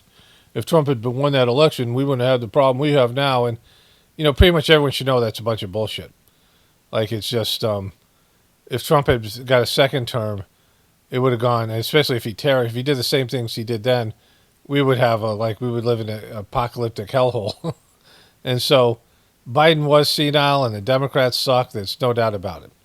And we have years of just mismanagement, but it's not so much that, it's a system. If everyone's going to be honest, it's a systemic problem. It's not these lame politicians that have handlers and, whatever else, right? That are, which I say, most people should understand this by now. And so there's no fixing it. And Biden couldn't fix it. Trump couldn't fix it. Nobody could. The best person in the world, the most brilliant mind, the best leadership skills. Let's say you had the perfect president. The person had all the great qualities you need to be the best president. That person couldn't fix a system that's built to do what it's doing right now, right? And so, just adding 3 to 5% on infrastructure costs. We've gotten rid of the social cost of carbon, driving down the cost to build roads and bridges across the country. We're kicking ass. So who else is here? On two ends, one when they come in and one when they've served and have earned the benefits that we have. And one of the things is, if we're not doing our... Going around the table, let's see what's anybody that I know who's talking there. If you sold IBM, ExxonMobil, and 5 other companies together, it's peanuts compared to what we're doing. This is it's peanuts. Like we're just kicking out. There's two problems with this. Trump is good at working a crowd, but the crowd is going because it's a fun thing to do. For them. Not for me, but for them. They're going out, they're being around other people, there's a lot of energy in the crowd. But no one wants to watch this stuff. And, at this point, people are at least got to be, they might not say it, the Trumpers, but they know this guy could be fucking them. Like, they know that maybe he doesn't know what he's doing. Maybe he doesn't play in chess. And the prices aren't starting to hit yet. And so, you can have doubts now, and the doubts aren't based in anything other than what might happen, what people are telling us is going to happen. The prices haven't been driven up to a level where we're like, fuck, Trump fucked us, right? And when that happens, even if it wasn't Trump's fault, Trump's going to get blamed. That's when it really hits, and it's going to hit. Whatever, the things that are going to unfold are going to unfold. Let's move forward here. See, 4 years, the world experienced a total... Okay, so this guy has just got fired. Mike Walsh. He still has a seat at the table. ...written offers. We have lots of countries in this week. This is like a break for me to come and not sure. With all the countries that want to negotiate. They all want to negotiate. Look, these are all the countries who want to negotiate. These are totally legitimate. These are not blank pieces of paper. These are actually lists that we have. This guy carries around folders with the names of the countries that want to negotiate. And he brought them to the meeting to show you we're not bullshitting you about the negotiations that were taking place. They're completely legitimate negotiations that we keep in folders in this guy's briefcase, in the secured location. Just here. We can't show you the names and the nature of the negotiation. Just know there's real information in these folders. Not, they're just not made up things. They want to make a deal. Don't zoom in on this. This is like a tracker, right? With all these columns of which countries have come in, when we started negotiations, who gave us an offer, are we in technical talks, and when do we expect to have deals done? Those are some weeks out, but we're working very quickly on this. Some weeks out, but they're coming. They're almost here. Thanks, Jim. Thank you, James. You're going to have a lot of fun for the next 3 weeks. Yeah. Michael, you have anything? Mr. President, in the last 4 years, the world experienced a total lack of zero leadership under Biden, and then we've had 100 days of your leadership with respect, with strength, starting with there'll be all hell to pay if you don't let our people go. Dozens, over 40 Americans have come home under your leadership. Far more terrorists are no longer threatening the homeland under your leadership. So that's Mike Walsh, who just got fired from whatever position he had in the Defense Department. They moved him to something else, so they didn't make it. They wanted to be able to claim they're not firing him because he fucked up. But now he's doing something with the UN, which I don't know which he's talking about, the Defense Department thing he's doing or the UN thing, right? But this guy, if Mike Walsh got fired, then this guy should have been double fired, right? Pulling all of these agencies together, including the person, the evil individual responsible for the Abbey Gate bombing. And You know, so all this stuff where they start talking about evil, you know, evil people talk about evil all the time. People who are obsessed with evil. You know, people are like, evil this, evil that. You know, it's evil inside of you that you're looking for evil inside of other people. Like, the number of times a person uses the word evil, you know, if somebody says, oh, that's just evil. And it's like that's when you really want to lay down the fucking, you know, this is really bad kind of thing, right? There's some words you use just as an expression of, wow, that's like evil, right? That motherfucker's like evil, you know, something like that. But when you're evil this and evil that, this guy's evil, they're evil, is evil, everyone's evil but us, we're the good guys, and we're clearly not the good guys. You have shitty character qualities, and you're liars, and you're fucking deceivers, and fucking, you're just, I mean, there's horrible people. And, you know, Trump is, you know, look at him. Look at this sad sack motherfucker. Like, he knows, like, his thing ain't working. Like, he's just, this is like some kind of fucking thing you do when the scam's falling apart, and you bring everybody in to try to reassure everyone. And he knows, like, the economic numbers and projections are bad. And people are coming in and saying, this is, you're fucking me with this and that, mostly the terrorists, but this and that and the other thing. And he's understanding, like, he you know, they keep him isolated enough, and he's not curious, and he doesn't want, you know, he's like, don't tell me that, I don't want to know, kind of thing. But it's coming, right? And to sit with the 13 Gold Star families, and you showing that follow-up and that justice has been incredible. But pulling this great team together, Mr. President, everything from revitalizing shipyards to cyber to... Oh my God, this guy, that's why he survives. He's still talking over here, right here. Continue based on the stonewall of backing that you've given us to make these hard. Let me move over to one where they show you the people talking. Okay, so I've switched over to, that was Fox, and this MSNBC shows you the guy. Thanks, Jimmy. Thank you, James. And you're going to have a lot of fun for the next 3 weeks. Mr. President, the last 4 years, the world experienced a total lack of zero leadership under Biden, and then we've had 100 days of your leadership with respect, with strength. Okay, so Trump's cabinet discusses accomplishment in the first 100 days. You know, the thing about it is that politicians in general don't admit their failures, right?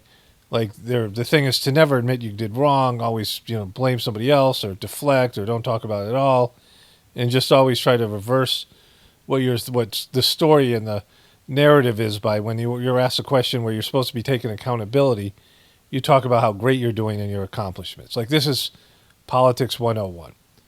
But, you know, Trump is the worst ever at this. Like, this is a bad quality.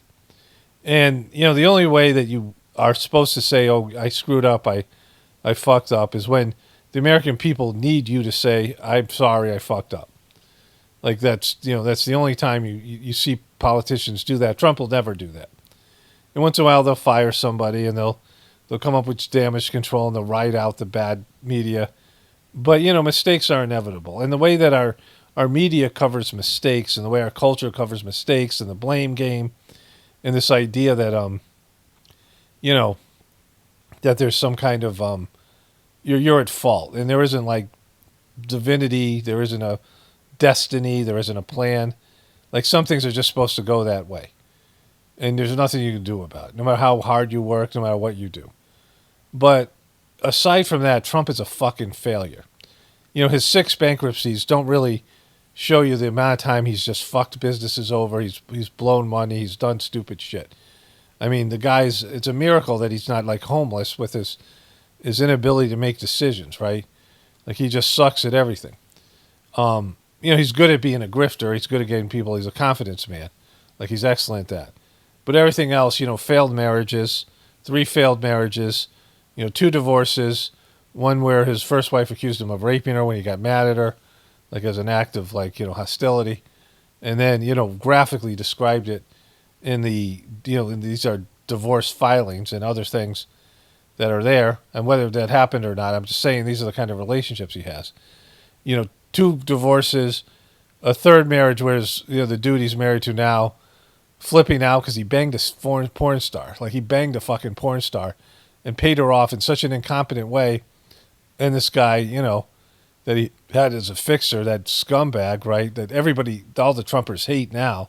But years he was a loyal Trump guy, and he paid off this person, to do it in a way that was clearly for Trump, because he was running for president. He didn't want everyone to know he banged a porn star. Stormy fucking Daniels on top of it, making her into a celebrity. Like, the guy's a fuck up and a failure. He's not good intuitively. And so he does these things where he's just, this is when the confidence game starts to unravel. And these guys come in, they all have their things that they have to say. Start here with this guy. He's probably the one person here that's not allowed to talk about the great job he's done, but go ahead anyway. Mr. President, as you know, at your direction, the CIA has deployed our unique covert action authorities in various places and continents to successfully advance your national... So this is Trump's cabinet discussing accomplishments in the first 100 days. What he's doing is a disaster. When the scam starts to fall apart, the grifters come in, and they try to convince everybody... when truth starts coming out, starts leaking through, that it's a scam. Like, these guys don't know what they're doing. They're fucking... Trump had real politicians and Washington, D.C. insiders who suck. Like, we all know they suck. I'm not saying those people suck, but they're good at keeping themselves, their heads above water, and they're good at, making sure they don't get blamed for the things that are going to happen, and they're good at preventing disasters or kicking them down the road. But Trump is just going in with his people. And these motherfuckers, you know what happens to Trump people. I mean, like, Michael Cohen served 2 years in jail. And then, he's ostracized. The Dems don't really like him because he's just repugnant. But these are the people Trump has around him. Steve Bannon went to jail.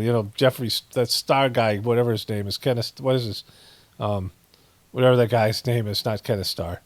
The guy I'm talking about. Whatever.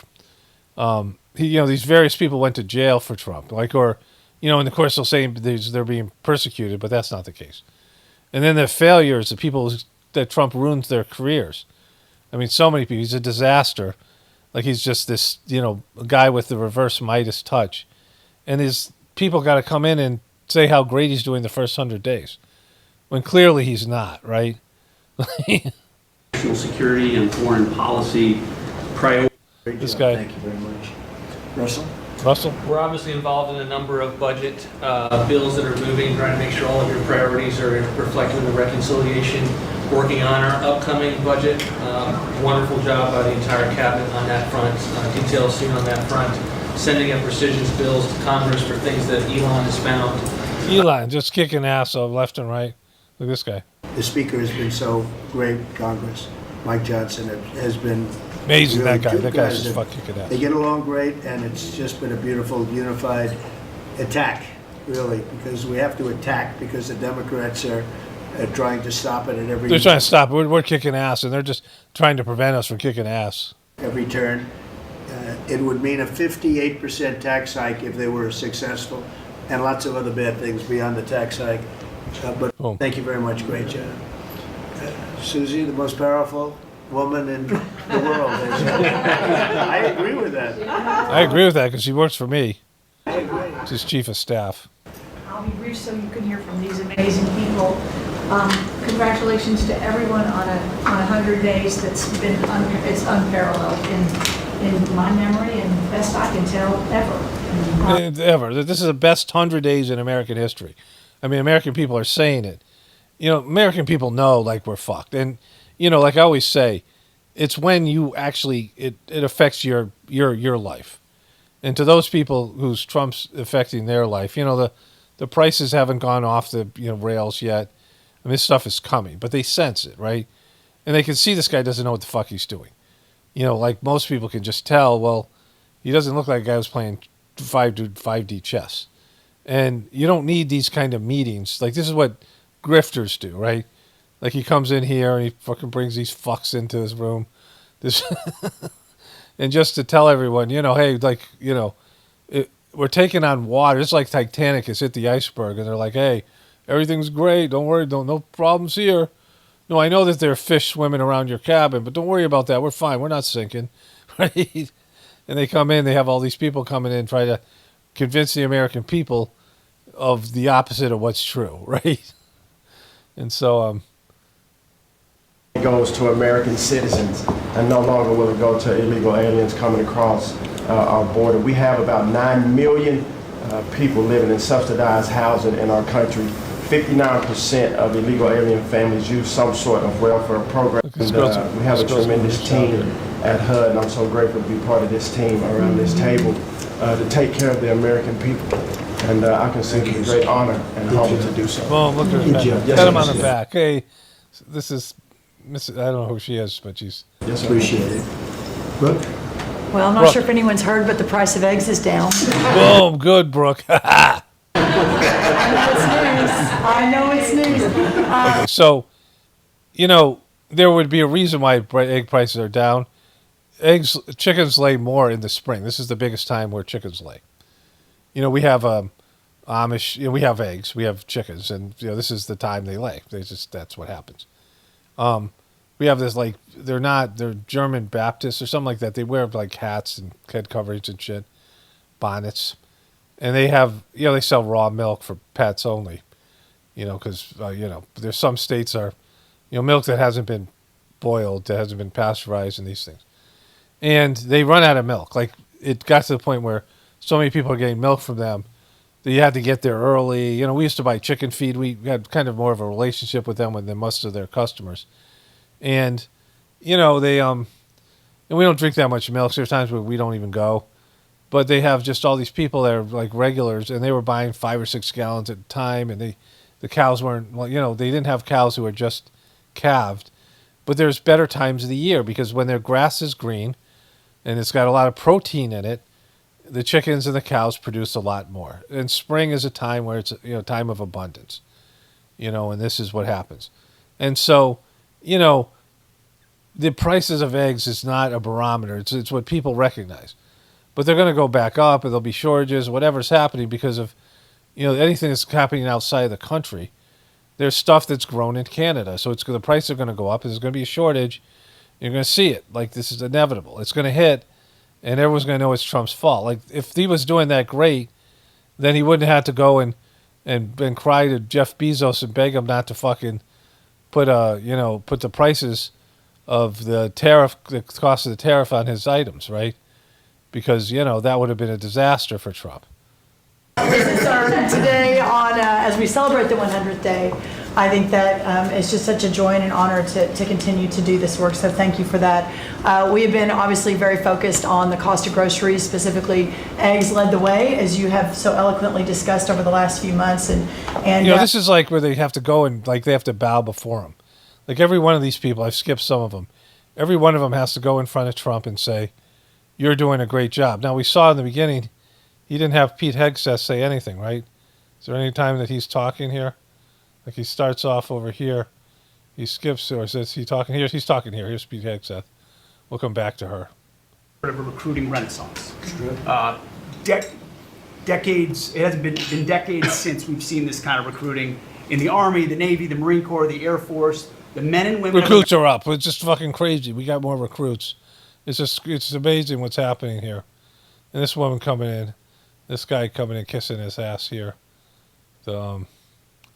So she's still going. She likes it. She's a talker. As the governor of South Dakota, which is where these great people are from, all criminal charges were dropped, and really appreciate the Department of Justice. It was a really big day as we sent the signal that the over-criminalization and using government, and you know this better than anyone because you were in the crosshairs for so long, that those days but those are days over. Now we're doing to other people, that aren't us.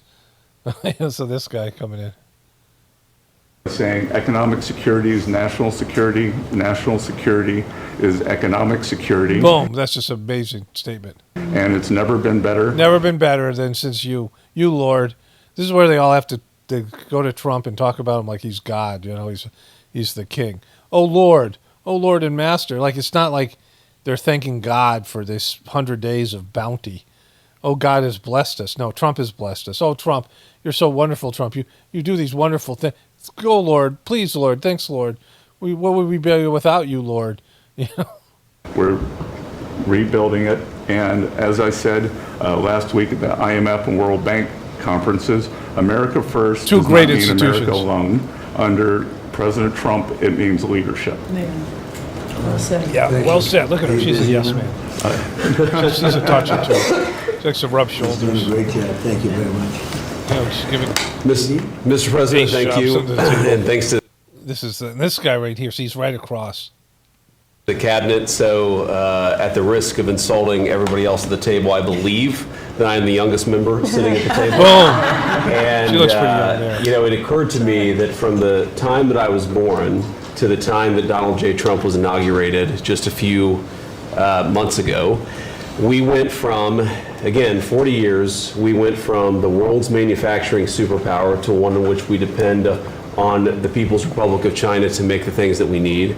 We went from the proudest military in the world to one in which we failed to meet our recruiting goals. Boom, and all those things. We went from one in which bipartisan border policy was the consensus of both Democrats and Republicans to one in which we allowed 20 million people to run roughshod illegally over the countryside, causing crime, causing distress in the welfare system. And again, that happened over the lifetime of the youngest member of the cabinet.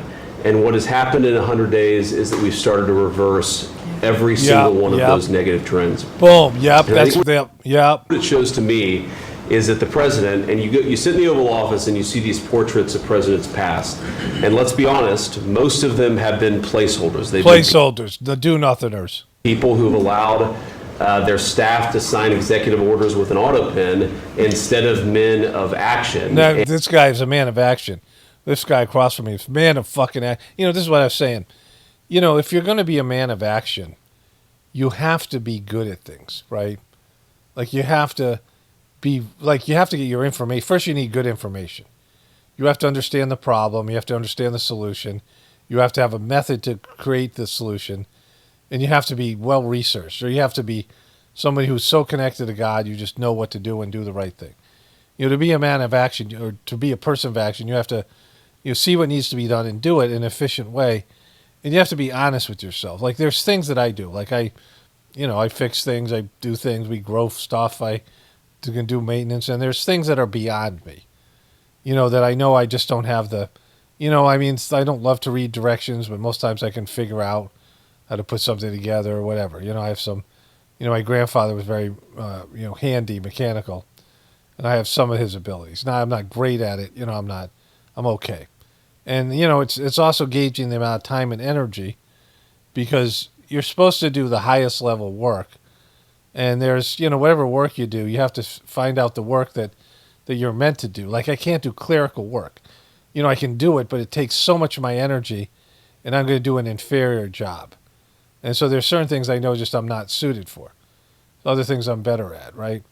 And, just my constitution, my nature, who I am as a person. And you have to understand that to be successful at things. And the things that you're supposed to do, the things that you're built to do, and you have to, put in effort, and you have to, confront yourself. Like this idea of just only looking at us being right. Like this, we're talking about only our successes and not acknowledging our failures. Well, that's part of politics, and that's part of this kind of bullshit, but it's the wrong part, because, you should be able to acknowledge your mistakes. It'd be great if our leaders and our athletes and all the people that are slammed all the time for failure would come out and explain, I failed, and I'm working harder to do better next time, and explain it, in the way that they don't say, oh, you're making excuses or whatever. But people don't do that. And there's a divine plan. There are things that are outside of your control, no matter how much you work, no matter how much you do. And Trump is like horrible at all those things, right? He's a grifter. He's good at convincing people that his failure, like this is when the grift falls apart and people are asking legitimate questions, and they have to lay it on thick with their so-called experts to tell you how great they're doing, right? And so this is, but saying that Trump is a doer, yeah, he is a doer, but he's a failure. He just makes mistakes and he fucks up and doesn't take responsibility for them. Here's Pam Bondi here. Hasn't learned the lessons of the past 40 years. Thank you, sir. He says the media. I think he says that. Let's go back here. What we've shown, sir, is that you can do a lot. You can do a lot in 100 days, but you've also unfortunately revealed that too much of the American media hasn't learned the lessons of the past 40 years. Thank you, sir. Boom. It's the media's fault for reporting how Trump's a fucking complete fuck up. I mean, I think he said something about chaos. Maybe that's... Let me go back here. I recorded this once and... set about to solve. He's actually doing the things that he promised that he would do. And Mr. President, it's been an honor. Okay, go back a little bit here. 9 executive orders with an auto pen instead of men of action. And the reason the media attacks this administration as chaotic is because the president... Because it is chaotic. Because he doesn't know what the fuck he's doing. And he's, you know, he's just fucking... He's a bonehead, right? You know. And, you know, let's watch this thing. I got something else to show you, too, in the middle. We're going to take a break here. Let's go to Pam Bondi. I recorded this, and I didn't hit the play button, right? So I'm redoing it.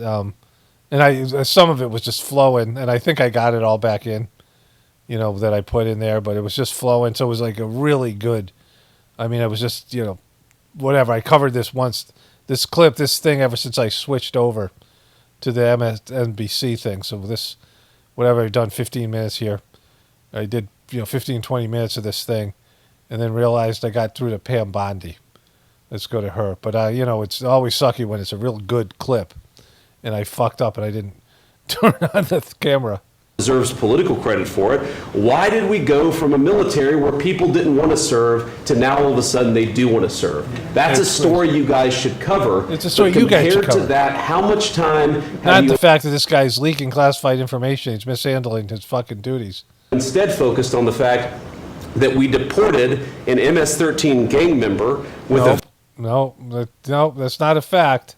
Valid deportation order. And why is it that the allegedly press is so focused on the fake BS rather than what's really going on in the country? I think that what we've shown, sir, is that you can do a lot. You can do a lot. You guys, it'd be a lot easier to take you seriously if you're not hawking fucking merch.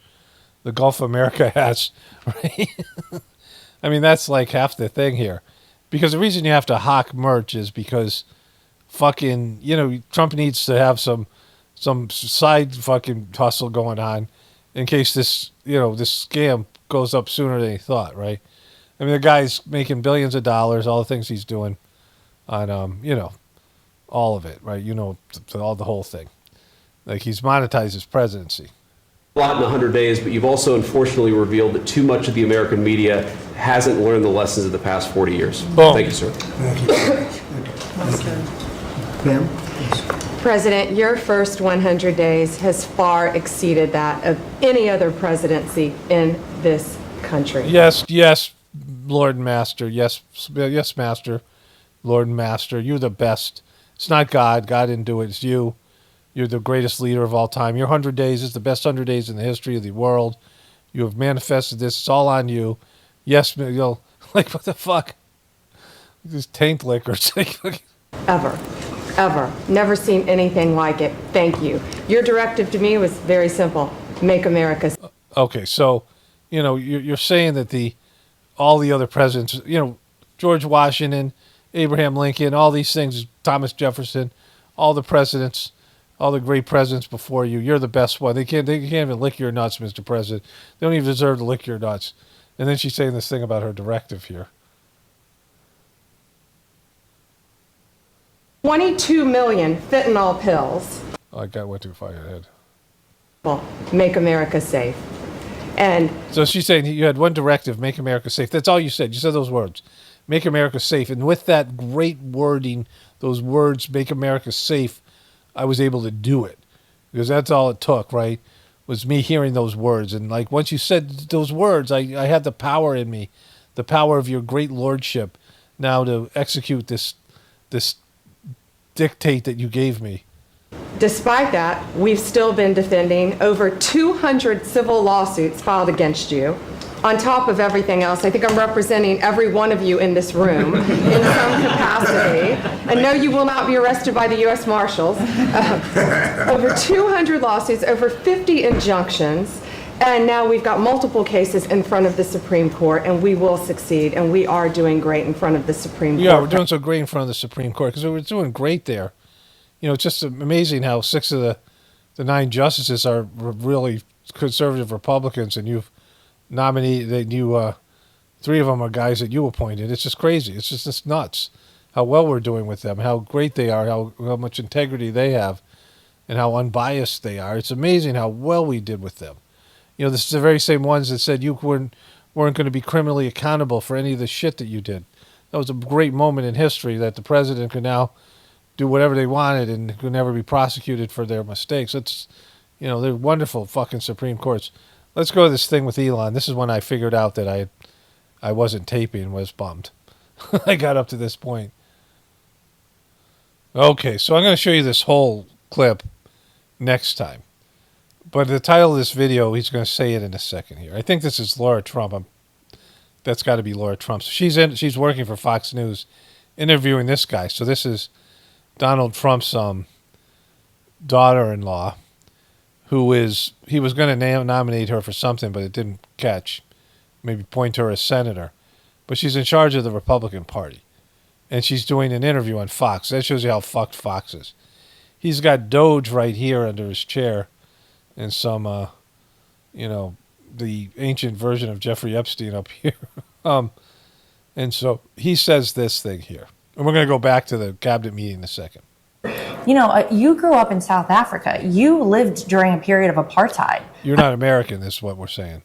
I'm sure you've seen a lot of horrific things. So to be called a Nazi by people, to be made out to be this monster, that must be really hard for you.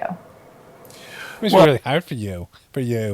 Well, I mean, look, it's a relentless propaganda campaign, which obviously President Trump has experienced for. Okay, so the thing is this. No matter what you want to say about Trump, let's say he was really a competent leader. He's not. He's a piece of shit. And, he's a grifting piece of shit. And he's good at convincing people that he's legitimate. Especially stupid people and desperate people. People who want to believe. Like people who want to hear what he has to sell, which is a lot of people. He's good at telling those people what they want to hear. And so that's his gift. But curse, whatever. But if you understand great leadership, like if he is the leader that everyone says, you have to win over the other side. For the very reason that in 2 years, there's going to be more impeachments and more like some of these people are going to jail in the cabinet. When this Democrats take over, they're going to undo everything you did. And so if you were a great leader, if you were doing all the things that you were saying you're doing, you'd have to get the Democrats and work with them. And you wouldn't have been such a prick and a little fucking petty little bitch and getting into these Twitter battles, which I love, by the way. I thought they were hilarious because, the president's a joke. But it's because it's a joke that makes it great and hilarious, that presidency's a joke, that Trump was disrespecting the presidency that way and pissing everybody else off. You can't piss off half the country and then do things that are going to provoke them. And many of those things are avoidable. Like this guy that he deported to a prison, that he's not a gang member. At least, they haven't proven he's a gang member. He's not been convicted of doing criminal gang things. Even if he was a gang member, he has 0 convictions against him. And again, they could have deported him, which was fine, but they deported him to a prison. And Trump had hinted at that he was wanting to do this with American criminals, American bad guys and evil people, these things that he calls people. These evil doers. There's someone in there said evil. I don't know if I covered this or was part of the thing I didn't. But when people use the word evil, it's because, either they're trying to really accentuate something or they use it all the time because they're evil. There's evil inside of them, and they see evil everywhere because they're evil, right? You see evil, evil people use the word evil quite a bit. And so, if you were going to be a great leader, you wouldn't act in a way where there'd be this propaganda campaign against you. Because Trump isn't going against the rich people. He isn't going against the powers that be institutionally. I mean, some of these universities, some of these other things. But Trump has pissed people off, and he's done extreme things. And some of his positions, like on Palestine, are so horrific and so dehumanizing. And so everything that he does, it provokes not just the other side, but specific groups of people. And he's made a long list of enemies. He's got such thin skin. When you do the same thing back to him, he cries like a little bitch, right? And so this is like why all the stuff that they're saying, all these things that they're saying at this cabinet meeting is just full of shit. Because if you were going to be successful, you're going to make sure that the other side is participating in it. Because when you're going to go back and forth, Democrat here, Democrats in power, Republicans in power, Democrats in power, Republicans in power, and you have created this division, which Trump has been the catalyst, which at the behest of the people I call the controllers who want America to fold because division, civil war is the best way to collapse a country. And we're in a civil war. And so any of the things that he does for Doge, any of the work that they're doing is going to be reversed almost immediately in the next 2 to 4 years, because that's, what's going to happen, right? And so to say there's a relentless propaganda campaign, then you should have behaved in a way that wouldn't be the case, right? Like, you went after the Democrats and the liberals, you didn't bring them on board, and you really can't because America's fucked, and that's what you should be saying. Because nobody can fix this country because everyone hates the other side. Everyone has a group on the other side that they hate, and there's hatred is just running amok, and that's where all the chaos comes from. And of course, Trump being an absolute piece of shit. I was at DEA yesterday, and they said to me, you, Donald Trump, have taken the handcuffs off of DEA agents. And as a result of... You're the best, Lord, you're so great, Lord. Lord and Master, you're the best. Lord, Satan, Donald Trump. 1,000 pounds of... I couldn't see that more as I've kicked off my 50-state tour. We've been in 5 states so far. We'll finish all 50 states by the end of the year. And what we're talking to is the American workforce and these companies about what the market demand is. That's the difference, that we finally have made that connection. What do they need? How quick do they need it? And how fast can I get these either apprenticeship from across this country, across the world? Who do business between people, you have completely... Smaller departments and smaller services, better, more thoughtful services, done more efficiently and smarter. The way you'd have to run a business. We've got to get our fiscal house in order, and you and the people around this table are making it happen. Look at Elon Musk, he's got 2 hats on. Elon Musk has put 2 hats on like a fucking clown. Thank you, Mr. President. I'm honored to be here. Remember when Elon didn't have a seat at the table? Thank you very much. Please. Yes, Mr. President, you are 100% correct. The border is 99.99% safe, under control. Oh, don't say that. There's no way it is. It'll never be that. Like, just stop. You have completely reversed the entire situation. In fact, the day before yesterday... Yes, Lord. Lord, you're the best, Lord. Lord, thank you, Lord. I was down in El Paso, and those Border Patrol agents are so... And I was dressed up in my Barbie outfit with my own stuff, and I had a fake machine gun. Some guy came up and just stole my wallet. It's been fucking right in front of me and my fucking family right in Washington, D.C. But I wear all this gear like I'm a tough guy. I shoot dogs in the heads like little puppies. And I write about it in a book. I would have been sitting J.D. Vance seat if I didn't do that stupid shit. But, you're the best, Lord. Lord, you're the best of ever. Impacted by how you have changed things in a year. They have put up huge pictures that say... Under the Biden administration, the mobs of people that were pushing through razor wire and trampling children and the chaos and the violence. These children tramplers are the fucking worst. They just there's so many people, they're just trampling on children. There's these children that have been stomped to the ground. They're like a cartoon. We had to they used to have to blow them back up because they were completely flat. They were 2-dimensional by the time these children tramplers got done with them, because they just trampled the shit out of children. They fucking... all the time. Fucking... This is great.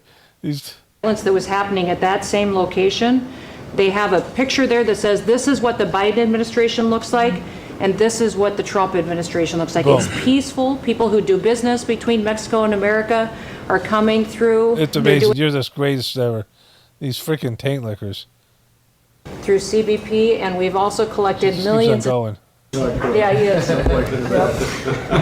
Kelly? Mr. President, it's such an honor to serve in this administration, and on behalf of Main Street America, for our 34 million small businesses that make up 99% of all businesses in this great nation, I have to tell you, under your leadership, Under your Lord Master, it says you're the best. It was your leadership that made us America so great.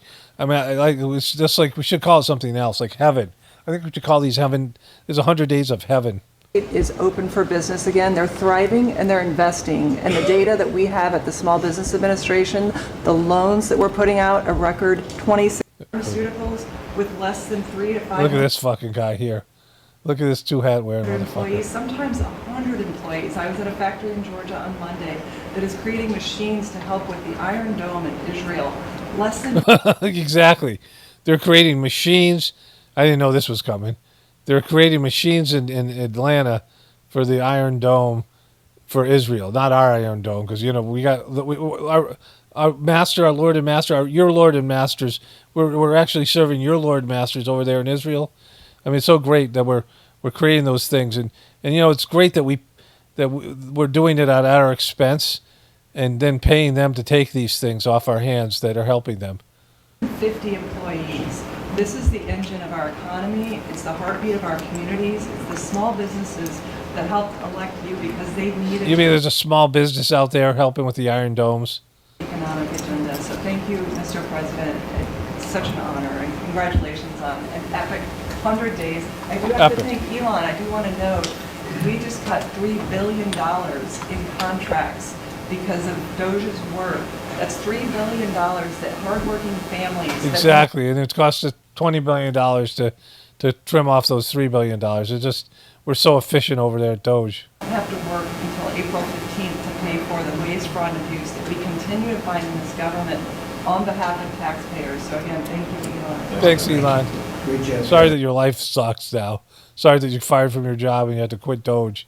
But just put on 2 hats like a fucking clown. Can you do that for us, you clown car motherfucker? Thank you very much. Elon, I love the double hat, but yeah.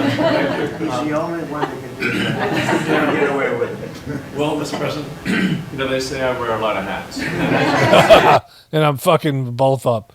I have to quit Doge, and I just got fired as CEO of Tesla, my own fucking company. Now I have no hats.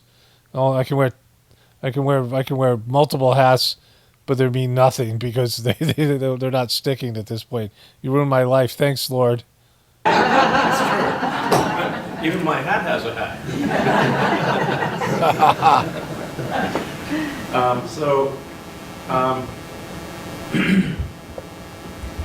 You know, the American people voted for secure borders, safe cities, and sensible spending, and that's what they've gotten.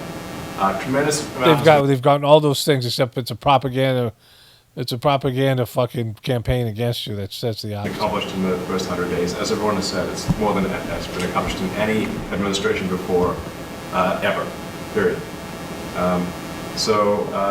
This portends very well for what will happen for the rest of the administration. I mean, just think about the arrogance and the fucking neediness of this piece of shit. You know, like, I would not like this. Like, sitting around with a table where each person told me how great I was. You know, right? Like, and I know I'm not fucking great. Like, you know, like, so you're lying to me. You know, so there's a story, which I've already told, but I'll tell it again because I didn't tape it the first time. You know, so I'm in this supermarket and getting some deli meats. And there's like another part of the deli on the other side where they have other kinds of foods, you know, like prepared foods. And there's a white guy, kind of a bald white guy who's probably in his 50s. He's sleeveless and he's got, like, his whole arms are covered with tattoos. And he goes up, there's a black woman who works behind the you know, she's working in the supermarket. And he says to her something amazing, which I was stunned by. He says, you know what, Florence, whatever her name was. You know what, Flo? You get younger every day. And I yell out, holy shit. Are you shitting me? Can I tape this? Can I get my phone out and tape? This is a miracle. Because it's usually the exact opposite that happens. usually get older every day, but she's getting younger? Is this like some Benjamin Button thing that's going on in this fucking grocery store? Are we on sacred ground? Did she find the fountain of youth here? This is a fucking miracle. Holy shit, younger every day? Like, I think everyone wants to know about this. Was it because of the job, or are you special, right? I mean, just amazing. And she says back to him, she goes, that's exactly what I want to hear. And of course, if it's the truth, I mean, if you are getting younger every day, of course you want to hear that. You don't want to hear the fucking bullshit about getting older every day when it's the opposite is the truth. You know? And so, you know, that's like the majority of people don't want to told the truth. They want people to fucking lie to them and tell them things that aren't. This is what's going on with Trump here, right? Oh, you're the most amazing guy ever. You're the best president. No president's had a better 100 days. You're the best 100 days. You, Lord Master, you're the best. And like only a really insecure piece of shit needs to hear this kind of stuff. I mean, hasn't he had enough success in his life that he doesn't need a table full of these people kissing his ass and talking about all the things that are going on because he's the catalyst, like he's the doer, like he's God? You know, there's no sense of, oh, good thing that God is allowing us. Thank you, God. You know, like this idea that things are beyond your control. And just, you know, but you only love God when good things are happening, right? Like, how do you know what's good and bad? Isn't all good? If God's in control, if God has a plan, isn't everything good, right? Isn't everything the way it should be? Because God's, you know, managing everything. And, you know, we are bless you, God, for everything you're doing for us. But this fucking, this weak little piece of shit that needs not only these people to tell him these things, but he needs to have it fucking videoed where he's sitting there and they're all saying what a great job he's doing, how fucked up the media is, and all these people are complaining about all these other things. And then, you know, I'm waiting in the deli, and the guy is trying to fix the thing that, you know, prints out that sticky, you know, they have this thing they stick on the deli meat. And he can't get the thing right. He's like fucking around with some old guy. And he looks at me and goes, this thing's a nightmare. And I'm like, is it a nightmare, or you just don't know what the fuck you're doing? Because it shouldn't take 15 minutes to fix this fucking thing. I think this could be the greatest administration since the founding of the country. The greatest administration since the beginning of the country. What did he say? This is what I'm talking about, Lord and Master. Or ever. Somebody's video. Somebody's video. Is this a fucking reporter? Or is this like one of the other cabinet members? It looks like it's another cabinet member. This is fucking. This must be J.D. Vance is videoing this. This portends very well for what will happen for the rest of the administration. I think this could be the greatest administration since the founding of the country. Boom. The greatest administration in the history of the country. I think that was J.D. Vance because he's wearing a blue suit. All right, so let's move forward here. This fucking wonderful person who lied about all that shit. You know, it's great to work with you. Thank you very much. For you, motherfucker. Mr. President, congratulations on this truly historic first 100 days of your administration.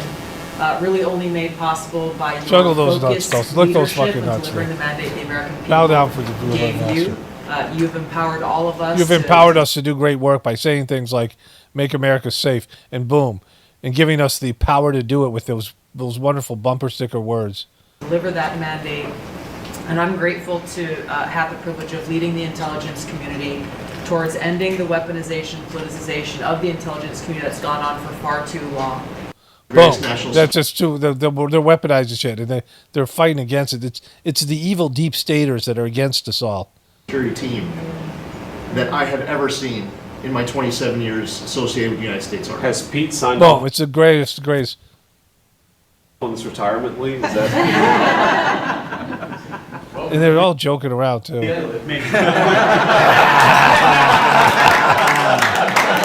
Oh. Thank you for your service, Lee. Thank you for your service. You're not Lord and Master, but you serve. Thanks for serving us, servant. You're doing a fantastic job. We appreciate it. A fantastic job. Thanks. So? Well, Mr. President, I don't think I have ever worked so hard to try to fire myself.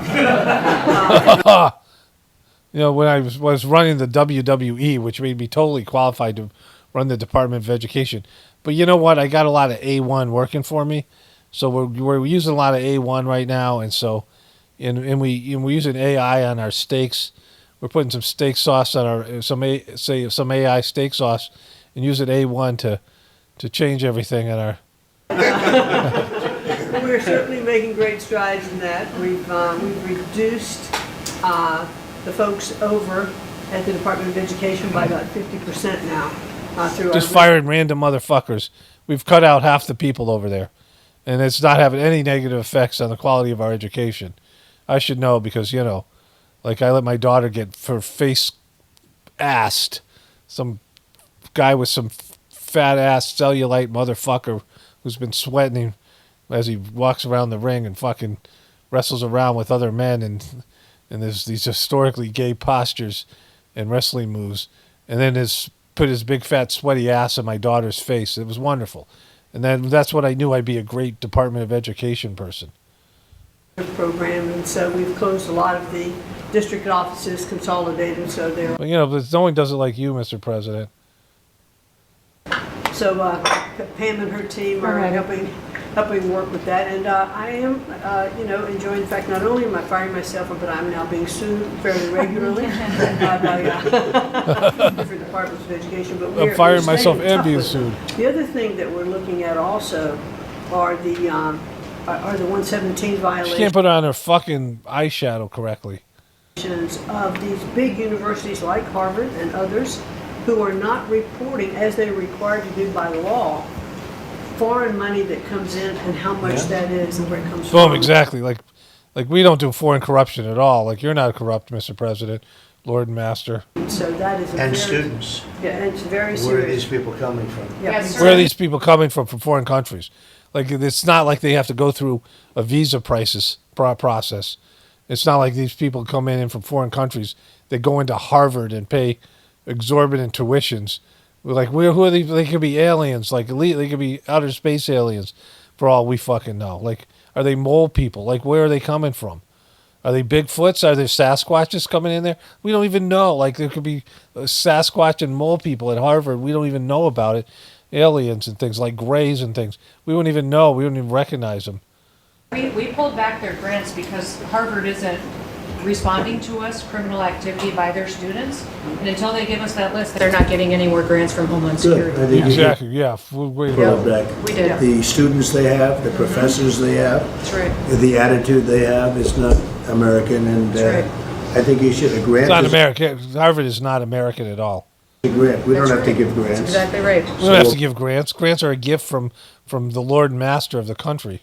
Pull back the grant. All right. Yep. Very good. Right. Thank you very much, Lord. Thank you. Mr. President, thank you for your extraordinary leadership. Let me lick your balls here for a while because, you know, I'm being reduced to this. Over the past 100 days, we are already making America healthy again.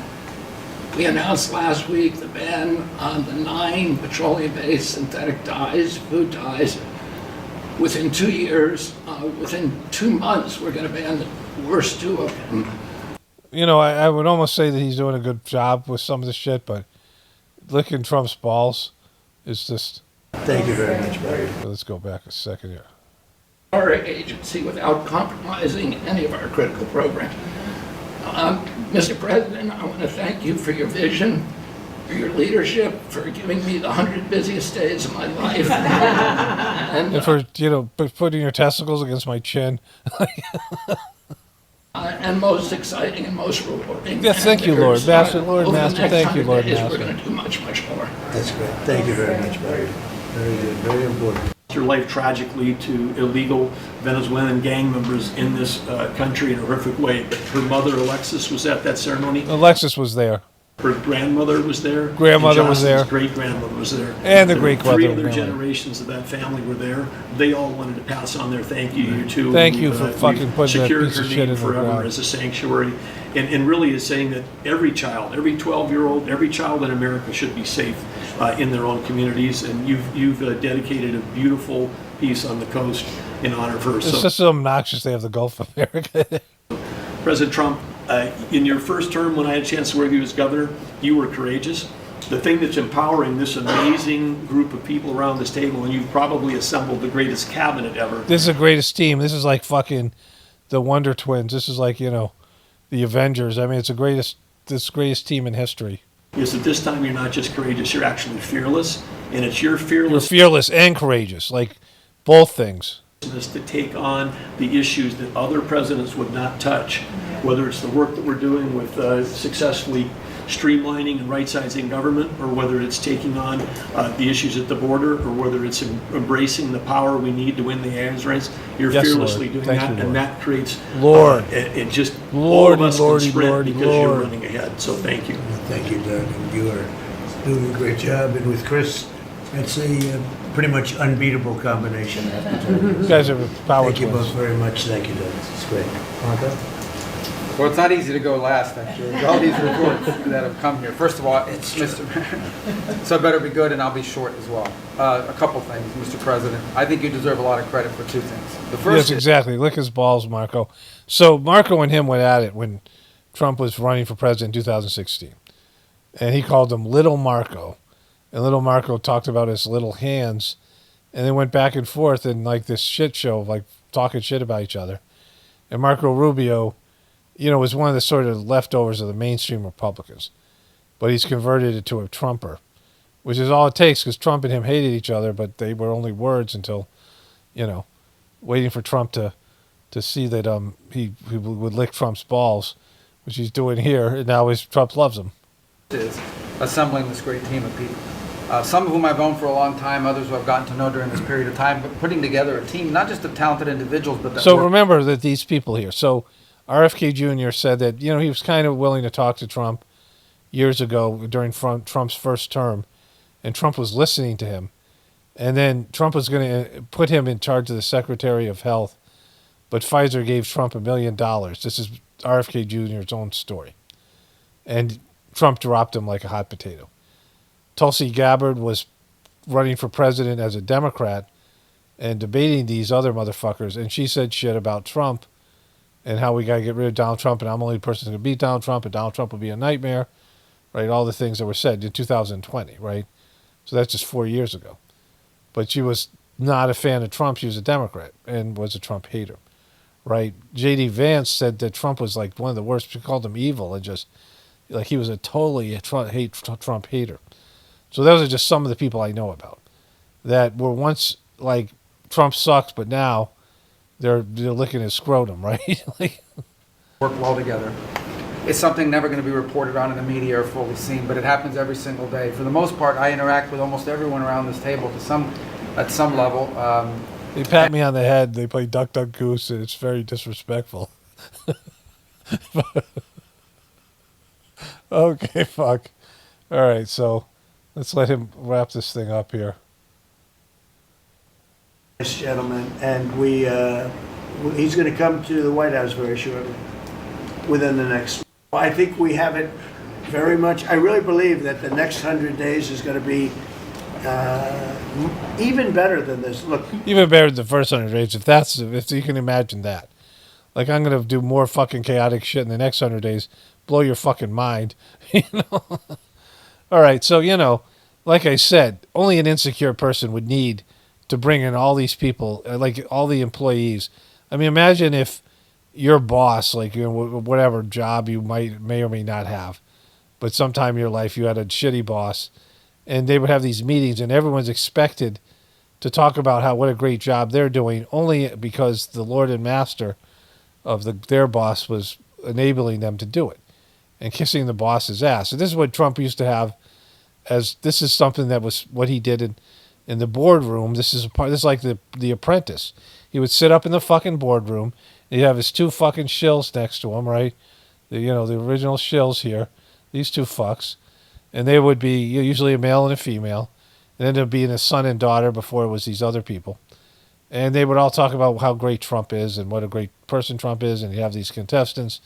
And this is just, like the Apprentice gone into the Oval Office.